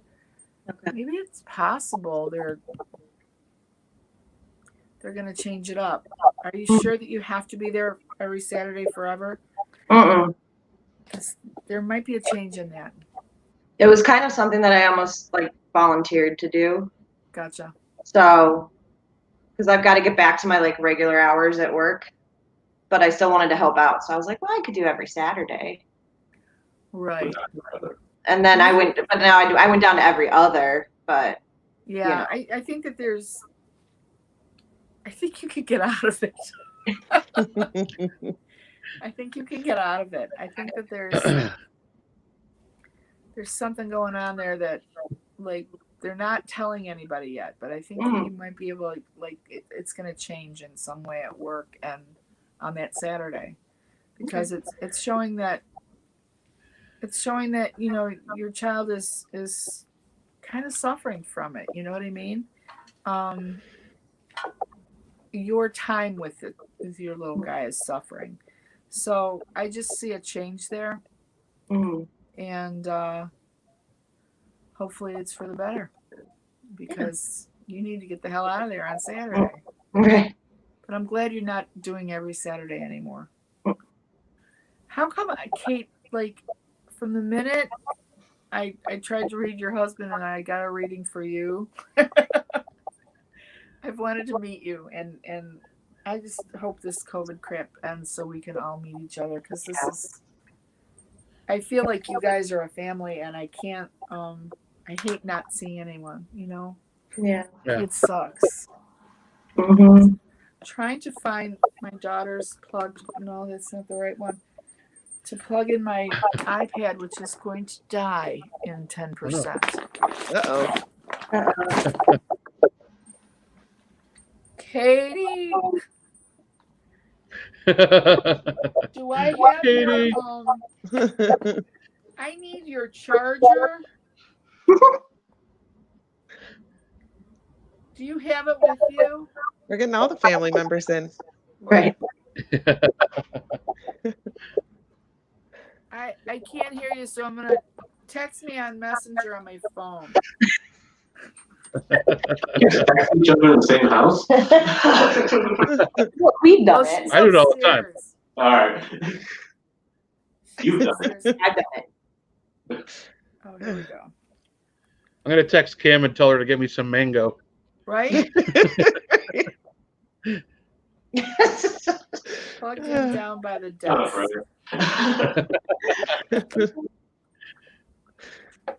Don't tell her. She cuts up cantaloupe for me too. I do cut up cantaloupe for him as well, yeah. I love cantaloupe too. Lincoln loves cantaloupe and mango. Does he? Yeah, he does. He loves it. And then my mom heard a story about like a 12-month-old that choked on cantaloupe, and now she's like all freaked out about him eating it. Kids choke on everything. Like, he's fine, but he shovels it into his mouth. You do have to like limit how many pieces he can have at once. Yeah. But no, he loves it. He likes everything I like. Does he? Yeah. Pizza, the television. Yeah. Cantaloupe. He hasn't tried warm Pepsi yet, but I'm sure he'll like that too. Not yet. No. Carries around the bottle. He does carry around the bottle. He's the cutest Oh little my God. for Pepsi. He's so cute. Good. We're live. Sorry, guys. What's happening? It's the last half hour. The wheels are falling off. Right.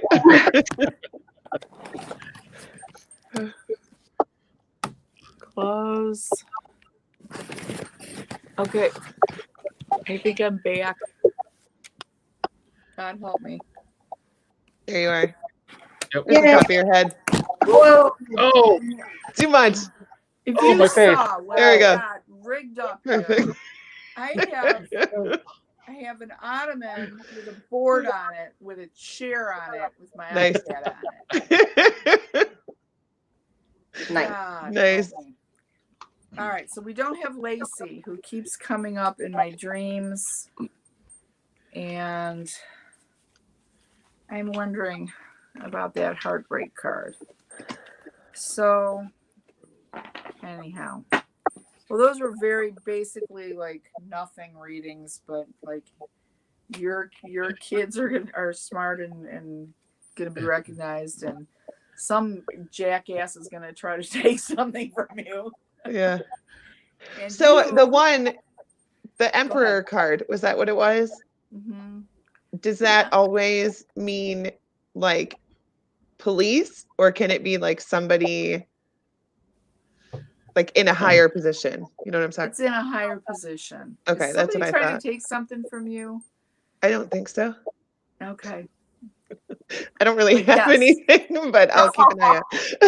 But I mean, sometimes it's like a job or, like something like that. Yeah. I'm not doing full readings and I'm not with you, so it's hard to get a clear picture of it.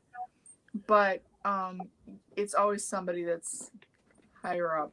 Okay, that's what I was wondering.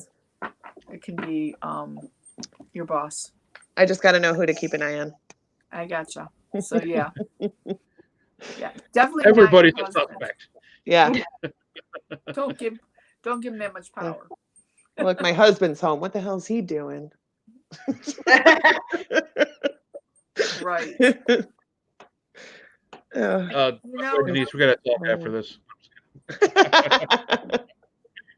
Part of the thing that's been happening lately when I'm reading people online is that there is so much heartbreak and so many problems that people are having that I throw down these readings and I don't want to say them out loud. Yeah. And it's like, oh my God. So you try to say it in such a way as to not completely freak them out. Yeah. Like your car's going to break down, you're going to lose your job. Right. Like how do you tell somebody that? Yeah. Especially during these times. It's just, it's terrible. But this is the kind of stuff that I'm constantly seeing as I'm throwing down cards. And I'm like, there were some good cards in this deck, right. Could some of them please come up? This is the 2020 deck of cards. Right. It's like, no, go away. Yeah.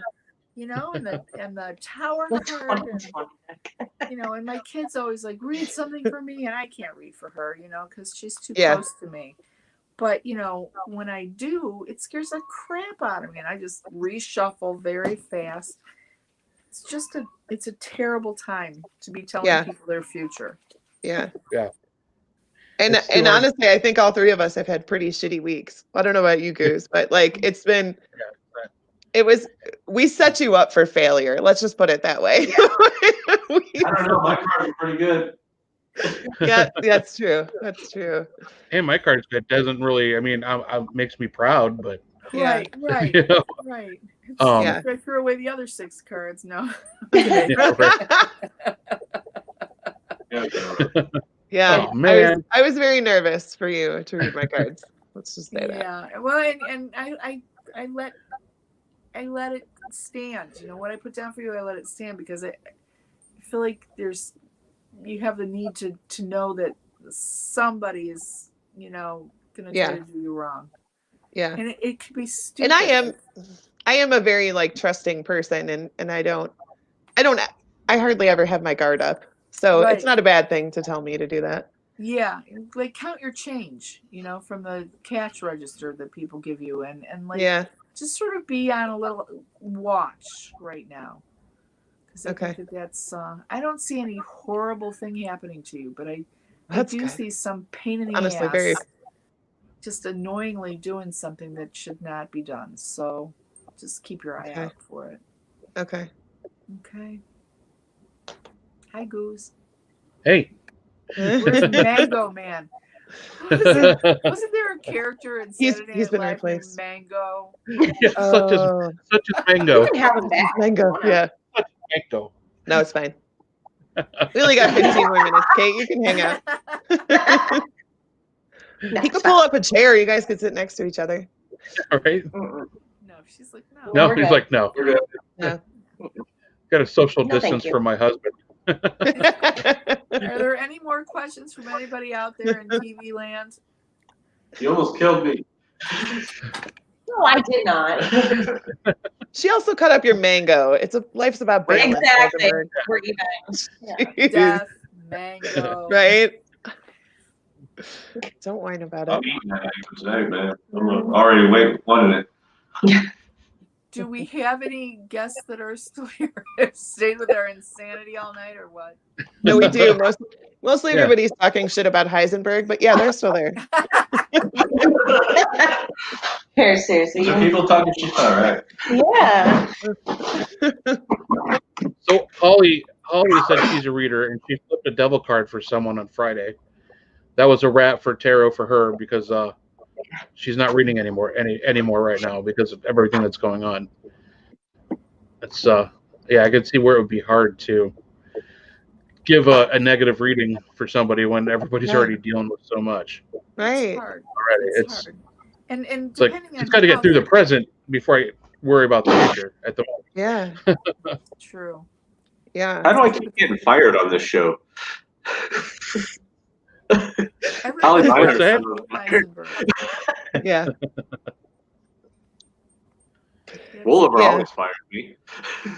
So who was it that pulled the devil card? I missed that part. It was Holly. Holly Miner. Hi, Holly. Yeah. Holly Miner. Yep. Is her Holly? Is she very young?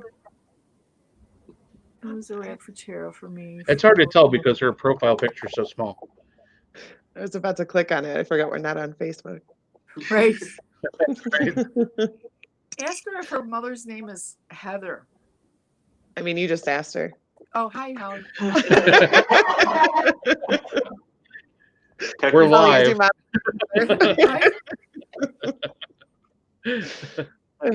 Yeah, I don't. Go ahead. I don't know that I would. I really thought about learning to read tarot again. She's 36. Is your mom's name Heather? But I don't think I want to try to learn anything new right now. I think I'm gonna wait till shit calms down a little bit before I try to do anything else. Everything is just it's just completely snowballing. Yeah. Come on, you're gonna be on TV. I can't. Come on. Oh. Come on, be on TV. Love you too, hi, everybody. Hi. Oh, her sister's Heather. Her sister is Heather. Whoa. Her sister is Heather. Whoa. Yes. You really are psychic. You came on because we didn't believe you. Just kidding. This was a test. Hi. I do feel like I'm on Hollywood Square sometimes, though. Right. Her mom mom is is- Katrina. Her mom's Katrina. Her sister's Heather. It's weird. It just popped up in my head. I thought I was gonna say I thought I knew a Heather Miner, but I don't. Oh. But yeah. That's Mr. Wednesday. Mr. Wednesday, you're a star. Andrea says she reads for herself a lot. But she uses the book. Or she reads for herself, but she uses the book a lot. You have to for a while, right? Until you. Maybe it's me. Well, yeah, you do. But there's also other ways to read. I learned how to read sort of differently. Oh, yeah, barely. It's you on the didn't weekend. use the book. Hey, I Heisenberg, there's a just show look at on. pictures and I see things. And okay. The pictures speak to me, so it's different every time. Like with the same card doesn't always have the same meaning. Like the devil card is usually about addiction. Really? And yeah, it's not like a big scary Catholic Satan. It's about addiction. But it can be about other things. You know, it can be about bad people and evil circumstances, depending on where it falls in the reading. But yeah, I mean, if you look at the devil card, there's this huge devil in the background, and there's two people, a man and a woman, standing in front of him, and they're chained. But if you look at the chains, they could like go like this and take it right off. Take the one around their neck right off too, and they could just walk away. But they're not. They're staying. Okay. You know, so they're staying in those circumstances, and quite often it's an addictive situation, and it doesn't have to be drugs to be addiction. I mean, you can be addicted to people. You know. Yeah. Or like me, I'm addicted to sugar, and so sugar is my devil card. In gluten. Gluten shit. We don't talk about gluten. Not be able to make all the sugary things I want to make because she can't have cake and she can't have pie and she can't have. So we're trying to remedy that with gluten-free flour. It's a nightmare. It's an absolute nightmare. Yeah. But yeah, so that's what I liked about liked reading. I liked when I read tarot cards just because it was like not everything's straightforward. You know, like Andrea was just saying, like the death card is not. It's not death. Change. It's radical change. It doesn't. It can be death. Right. But it's got to have other cards with it to make that true. Right. And I've really only seen it like twice. Actually mean death. And yeah. You know, and it was terrible, you know, it was terrible. One of them was a child, and I'm trying to read, I got a new deck, you know. My daughter was like, read something for me, you know, and I put the spread down, and someone's gonna die, and it's a child, and oh my gosh, you know, right, you know. And did you just lie to her? Like, I'm not trying to be an asshole, but like, did you just not tell her that? I knew it wasn't her. Okay. You know, and I didn't. I was pretty shocked, and I said out loud, she was in her room, and I was in my room on my bed, and I said out loud, somebody's gonna die. And she came and walked in my room and said, what did you say? And I was like, I don't know who it's gonna be, but somebody's gonna pass away. And she was like, okay, do I know them? I'm like, I really don't know. I'm not gonna read any further into this. I'm not laying down any more cards. I've just never seen this particular configuration. And it was her first year of high school, so she wasn't a baby or anything, you know. But it was one of her friends. She came down sick, and it was an inoperable brain tumor, cancer. That was so fast. It was just so fast, and it took her down hard. That's terrible. Yeah, it was awful. You know, and the only other time I saw it was for my uncle, who was already dying. And it came up one morning. And I walked outside just sort of to get a breath of air. And a huge crow flew down and landed at my feet and started cawing at me. Wow. And I said, yeah, I get it. Yeah, Tom will die today. And he did. And those are the only 2 times that I saw it. And so, it can come up and mean death, but mostly it doesn't. Mostly it means radical change, the death of a way of life, the death of an idea, job, a relationship, you know, your car. I mean, depending on where it lands and what's around it, and you know. So it's scary when you see it, though. It is. Just dropping my cards. They're rebelling against me. That 3 of Swords pop up again. I'm sick of that card. Actually, no. Put that one away. What popped up was the burden card for Kate again. You know? So it's hard for Kate, whatever she's doing. It's dangerous for Kate, what she's doing. You know, testing people. It's dangerous work. Yeah. So I say she quits that job. Stay safe. Yeah. So that we can all go out and live in a van by the river. You know what? She's always said that I'm a nurse. This is what I signed up for. It is. Yeah. It is what she signed up for. I had 2 sisters that were nurses. And that's what they said too. Yep. You know, this is what I do. This is who I am. I'm not just, it's not a job. It's who I am.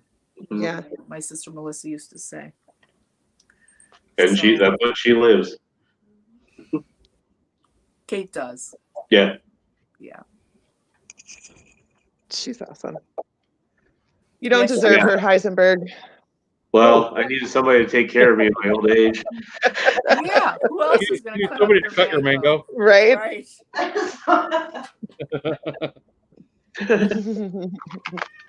Never gonna live that one down, man. I don't care. The mango's delicious, and I don't know how to cut it. You're challenging, for sure. There's a couple different ways. You're so supportive, Tina. She's like, it's okay. It's okay. They're really hard to cut, honey. Don't worry about it. I am. I'm super supportive of people. I just want everybody to be happy. Right? I mean, I'm sure there's some silly thing you do for your husband. You know? Yeah. We all do it. It's love. Yeah. You know, that woman loves Heisenberg. Right. She had his baby. She cuts his fucking mangoes. If that doesn't say love, I don't know what does. I don't know what does. I promise to love, honor, and cherish you and cut your mangoes. Take the cantaloupe and whirl it up in a little, like food processor and give it to the baby. Oh, there you go. Regularly. Well, if she's worried about him choking, if your mother-in-law's or your mom is worried about him choking in it. They're like, he's fine. Yeah. He's fine. Well, when Katie was a baby, 6 months old, all she wanted to eat was salad. What? And people are like, you can't feed a baby salad. I'm like, you keep it away from her. Go ahead. Right. Lose her mind over salad. That's funny. It was so crazy. So I'm on an airplane and the lady next to us gets salad. Oh God. That's awesome. I was like, I'm so sorry. She goes, why does that baby want to eat salad? I'm like, I have no idea. She was born this way. I have no idea. 2 years old. All she ever wanted for breakfast was broccoli. And what she wanted was an entire stalk. I want the whole tree of broccoli. And she would just walk around and eat this thing, gnawing on it. Oh my gosh. I know. She was totally not my child somehow. It must have been switched at birth. But because all I wanted was apple fritters for breakfast, Right. She wants salad. She wants broccoli. So I used to have to cut the salad up so small, I would call it molecule salad. And that's what she would have with dinner. And she'd eat a huge pile of it. Oh my gosh. I know.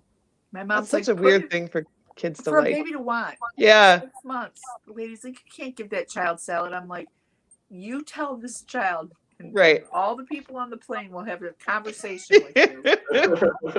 She can't eat salad. Give her your salad, lady. Right. It was the dressing. I think she really liked. She'd suck on it, and just run it down her arm. She's so cute. So funny. But yep, people like what they like. Mangoes, salad. Yeah. Well, he didn't like the. Oh wait, you're talking about me. Yeah, you. Yeah. My middle son has he's obsessed with green onions because we have them growing in our yard just all over the place. Like anytime you mow the lawn, it smells like onions everywhere. But he'll just go out in the yard and just pick one and be walking around playing in the backyard with freaking green onions in his mouth. Like, why? He's been doing it since he was 2. He's 9 now though, but he loves them. He just walks around the yard with green onions. When I was pregnant with Katie, that's what I wanted. I ate green onions. Green onions. Yes, it was ridiculous. And I used to love broccoli, but I couldn't eat it. And she was born like, hello, we all have some broccoli. Where's the broccoli? I was promised broccoli. You got me right. I'll have a side salad with broccoli, please. Right. That is the worst meal ever.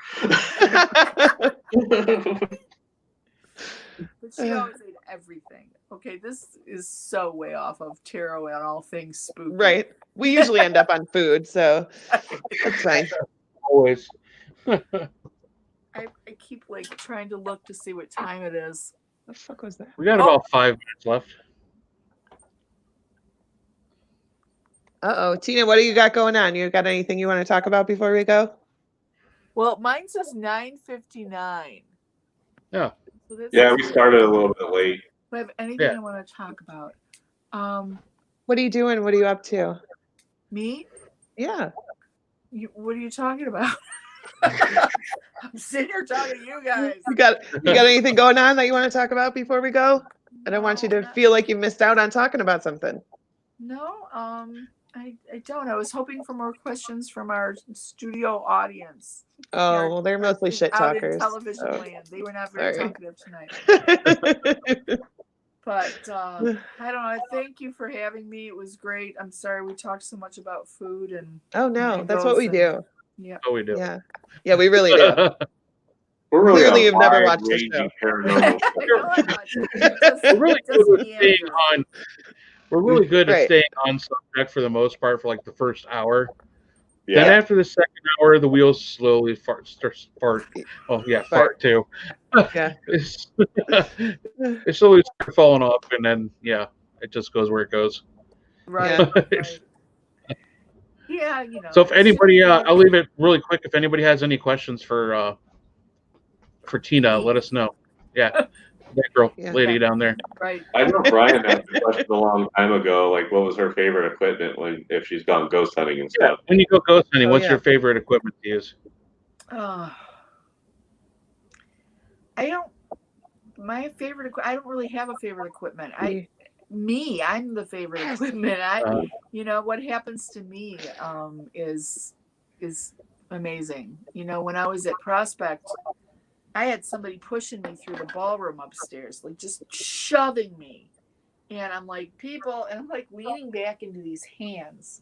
And the group that I was with was very scattered. And they weren't watching what was happening to me, but I could lean way back and feel these hands in my back. And like, that was very cool. You know, I love that. I love that kind of interaction with spirit. But yeah, I don't know. So how is it for you? Like, sorry, real quick. Let me get into stuff now. Sorry. Sure. Like when you interact with a spirit, can you see like the whole person, how old they are, what clothes they're wearing? Is it like an energy? Yes and no. Okay, when you see a full-bodied apparition, it's a completely different experience than when you see them in your mind's eye. I mostly see in my mind's eye. I have seen full-body apparitions. They scare the shit out of me. Yeah. Because I'm not used to seeing them like that. And I realize that they have something big going on, that they are pulling that much energy from a room. They've got something they really need tended to. You know, they've got a message. They've got, you know, something going wrong. They need help. One of the things that bothers me a lot is going through a house and having a spirit say, help. Because they realize that you are in touch with them, and they realize that you know they're there, and they realize this, and they are scared or troubled or can't cross over, and they're begging for help. And many of these shows on TV, they just go like, oh, it's so cool he was saying help, you know? And it's like, yeah, but you gotta help them. Yeah. You gotta find out what's wrong and help them. Goose, do we have to go because somebody else uses this, or we're just we're good? Okay, good. We're all the only one on tonight. All right, so you know, that is something that's really hard. It makes me feel so deeply sad if there's nothing I can do to get back in touch with them or, you know, help them in some way. The one time I told last time that I was on, the full-bodied apparition that I saw woke me up out of a dead sleep. Oh gosh. Shaking my arm. And I was sleeping, dude. I was out cold. You know, and somebody's shaking my arm, and I'm thinking, it's my damn daughter. She wants something. You know, what do you want? What do you want? Yeah. And I open my eyes, and there's this girl. And okay, so it was like she was a black and white visual, like on a black and white television. Okay. And she reached out to me, and I was just like, holy shit. You know, what's going on with this? And I sat up and turned my light on, and then I panicked. I thought, what if it's Katie? What if she's, you know, she's gotten in a car accident, or, you know, I started hyperventilate, panic, trying to call her. She's not answering her phone because Katie just doesn't answer her phone. So I was terrified. But, you know, it was just about a day or two before that a friend of Katie's, and I knew her too, she committed suicide. Oh, geez. She, her name was Rose, and she called 911 because she realized that this was actually going to happen. She was actually going to die. That's terrible. And it's terrifying. You know, it's horrible that she called and they came, you know. Right. But she died in her bed while they were trying to revive her. Oh my gosh. And I think it might have been her, but you know what? I don't know. But that is the thing that makes most sense. Because I had seen her just about 2 days before. And it makes the most sense that it would have been her. Yeah. You know, like you wake up, it was late. I was exhausted. I like how you say, you know. No, we don't. I don't. Thank God. I don't. You know. No, I don't. Like, spirit in your room, you know? Oh. Like, one of my favorite things that happens to me, though, is and if this happens to you, it's spirits talking, okay? So you're laying in bed and you're trying to go to sleep, and you know your mind starts to wander and you're drifting off, and you hear somebody talking. They're having a conversation, and it's been going on for a really long time as you're trying to fall asleep, and it's in the background, but you're trying to ignore it. And all of a sudden you focus on it and go like, who the fuck is talking in my room? Who is this person? Who are they talking? 2 old women in this last house, this one house I lived in. 2 old women. It was always them. Oh, and they're talking like this, and oh my God, and you wouldn't believe it, blah, blah, blah, blah, blah. And you can't really make out everything that they're saying, but you could make out some words like, it was the worst dinner I ever had. Oh my God, stop. Yeah. And then I'm like, I'm paying attention. And right. It would drift away. You know, the minute I became fully aware of what was going on, it would drift away. But okay, that happens to me a lot. There's a couple of people in this house, and they yell from the upstairs downstairs. And I don't know what the hell they're yelling about. But somebody's like in the kitchen and somebody's upstairs, and they can't really hear each other, so they're yelling at each other. You know, like, turn off the stove or something like that. Oh my God. You know, exactly. And I'm like, falling asleep, and I'm like, for God's sake, turn off the fucking stove already, you know? I can't believe those ladies are gossiping about a dinner, and they're still gossiping in the afterlife. Yeah. They're still gossiping. That's what somebody told us at Madison, too, on the Civil War side, that they are just gossiping to each other still. Right. And nothing changed for them when they passed away. They just still talk shit about each other. Mm-hmm. Yeah, because we don't become like these enlightened beings for sure. Right. You know, and we're just ourselves, and especially if we don't cross over. I did have a dream about my father late last week, and my father came to me and said, I just want you to know that I reincarnated 15 years ago. What? And I said, how am I going to talk to you? He goes, you're talking to me now. Oh my gosh. I said, I am. So I can still talk to you and you'll hear me. He goes, yeah. He goes, the kid I am now, though, is not going to hear you. He goes, but my spirit will hear you. Wow. Ralph, my spirit will hear you. I just wanted you to know I'm here again. Yeah. And I said, what are you doing? He goes, what I told you I was going to do. I went to school and I've come back to help. I'm like, well, hurry up, because there's Trump. Yeah. And we're all going to burn in hell if we don't get rid of this crap. What kind of help is he? He wants to do something environmental. About 20 years ago, my father woke me up. He's pulling on my foot in my sleep. In my dream, he woke me up. Okay, I'm dreaming that my father's pulling on my foot. Okay. And he says, hey, I just am checking in to see if you're okay. I don't think you're okay. I think you're in trouble. And I'm like, I am in trouble. He goes, you need to get out of this situation you were in. I was with an abusive man. Oh, geez. And I said, I know. He goes, just, you'll know the point when you have to go. And I want you to take it and not be afraid to take it. Just grab it and go, is what he said. And I said, okay. I said, well, what are you doing? And he goes, oh, I'm in school. And I said, what do you mean? He goes, well, when you cross over, you can do stuff. He goes, you know how people are born with abilities? We went to school. Okay. I'm in school. I'm going to come back and help. And so just the other day, he goes, he's been back 15 years and he's going to help. He's going to school. That's cool. I saw this boy. He's about 15 years old, big nose, big ears, dark hair. Okay. And this is that gangly age, Yeah. When everybody turns 15, their nose gets too big and their ears are too big. They haven't grown into their man head yet. I saw him in the dream. So I don't know if I'll get to meet him. Yeah. But I feel like if I did, I would recognize him. Yeah, I feel like you would know. Some bright kid that's going to come back.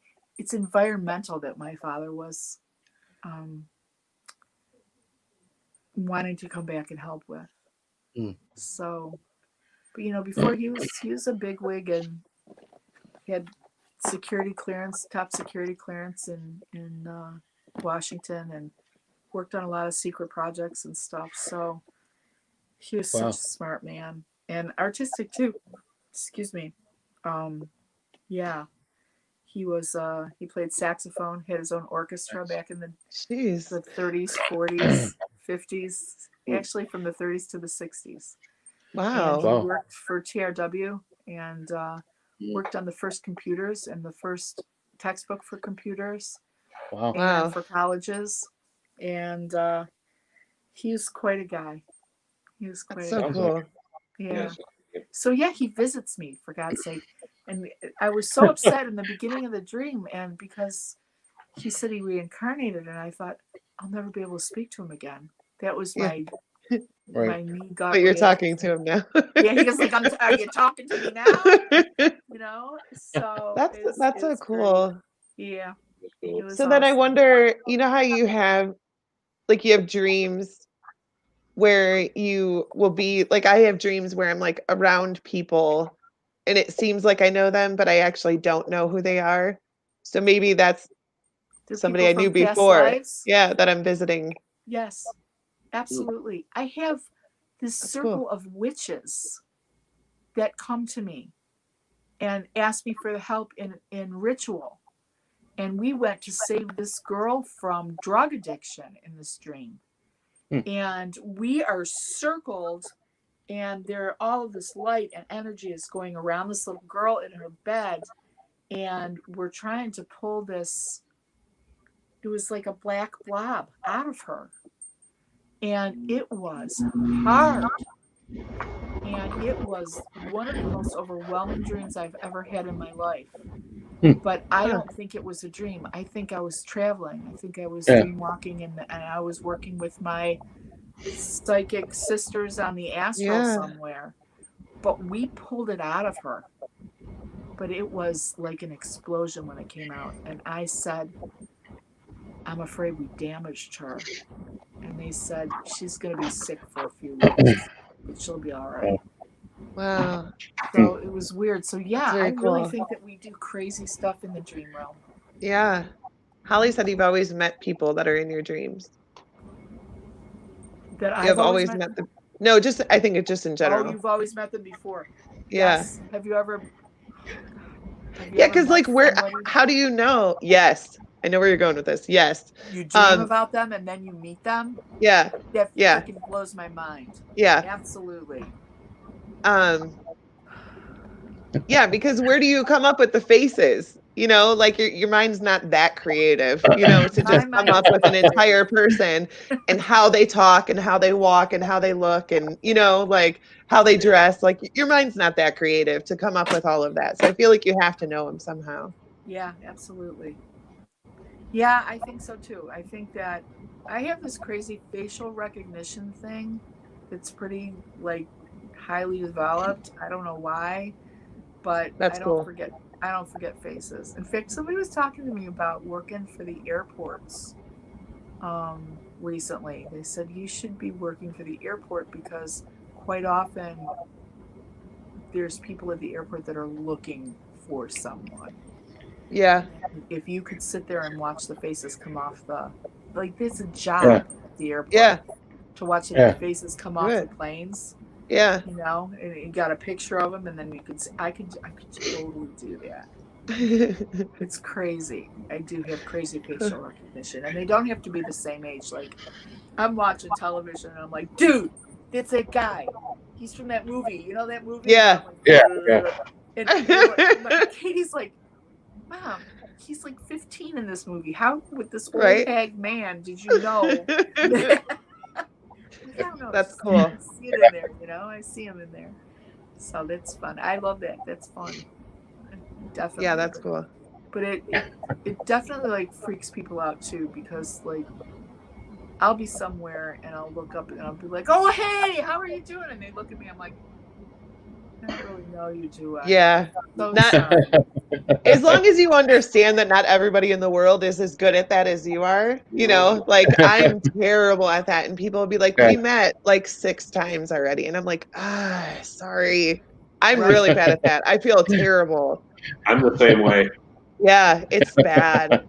It's like, so bad. Like, I know I've seen you before, or sometimes I don't even know that. Like, be like, hi, I'm Michael. Yeah, we know each other. Right. Exactly. Oh my gosh.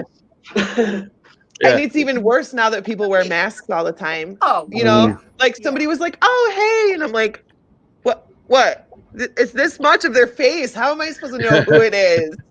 I'm bad at it anyways." Right. It's hard. It's hard with masks. Whenever somebody comes up to me and says like, "Oh, Tina, hi, how are you? What's going on?" And it's only happened like 3 times my entire life where I might not recognize how I know them, but I recognize the face. But when somebody comes up to me and is talking to me and I've never seen them, there is no recognition. I want to know who that fucking person is, because if I don't know you, I've never met you. I've never met you. I'm like, if I had met you, I would remember you. Right. You know? What were you wearing, like a Yogi Bear mask or something when I met you? Like, who are you? Yeah, that freaks me out. It happened a couple of times at my work, and I had never experienced that before. Usually I just talk to the person. I'm like, I know this person. Right, and then you'll figure it out. And I'll figure it out. They'll say something that triggers it, you know? Yeah. But for them to come up and know me and me have 0, that just doesn't happen. And it's happened twice, and I'm just not happy with it. It happens to me all the time. Well, and I wonder, like, what the hell? It's like I will have 0 recollection. And all the shit that they're saying, I have no idea what they're talking about. That completely unbalanced me. Big time. It's funny. That just doesn't happen. That's what it's like to be me in Heisenberg. Both my daughter and myself recognize him from somewhere. But really? We can't place him. And we sit here. How about maybe at the, you know, this, or maybe you know the person. Heisenberg, you should give her your resume, like every place that you've worked. You know, so maybe it was like that place. Something. I don't think Katie would see me. I mean, what is she, 20 something? 28? I don't know if we'd really cross. You guys again. Damn it. Uh-oh. Why do I need to? You know, this is Apple technology. Apple sucks. That's true. You know, we're sponsored by Apple. That's why we're all rich. You guys are all the monster boys, so the robot boys and the monster faces again. Damn it. I hate that. That's all right. We should probably get going anyways. It's already 10:20. I'm trying to find. There it is. Look at that cool thing. What? What is that? Do you see this thing? Yeah. Yeah. Yeah. It's hanging over my. Yep. Yeah. Yeah. Okay. So that thing is so cool because it's from India, but it has Slavic symbolism embroidered on it. Oh. Because gypsies are from India that came over to Eastern Europe. Bred and interbred. And so this is like sort of it's like proof of it. It's a lot more proof of it, but this is a really big one. These things are so expensive. You got that one for pretty, but I love it. Cool. Nice. But I love it. Well, It's so cool because it's a gypsy thing. Yeah. So Awesome. anyways, yeah, I have ADD, no doubt. same. Same. Same. Yeah. What? Man, I'm missing all off because I can't understand any of you. Oh. All right. Well, it's probably late. I'm tired. Yeah. It's probably time for us to sign off and say goodnight to everybody. Thank you for joining us tonight with Tina. We love you, Tina, so much. The Thank you for Tina. being on. The Tina. It's Thanks me, for the being Tina. on. Yeah, it was fun. Yes, it was. For being. And Yeah, it was. Crypto Head, thank you for tuning in tonight. And we got a good show coming up next week. We got Tim Woolworth from Paranormal Studies Inc. coming on, so that'll be an interesting interview. He's a really cool guy. He's a brewmaster. He's a beer brewmaster up in Michigan. Nice. We'll talk about that a little bit too. I don't know. Good night, Holly. Good night, Holly. Everybody have a good night, and we will spook you later, Crypto Heads. Bye. Bye, Crypto Heads. Bye. Bye. Love you guys. Love you too. Love you too, Gina.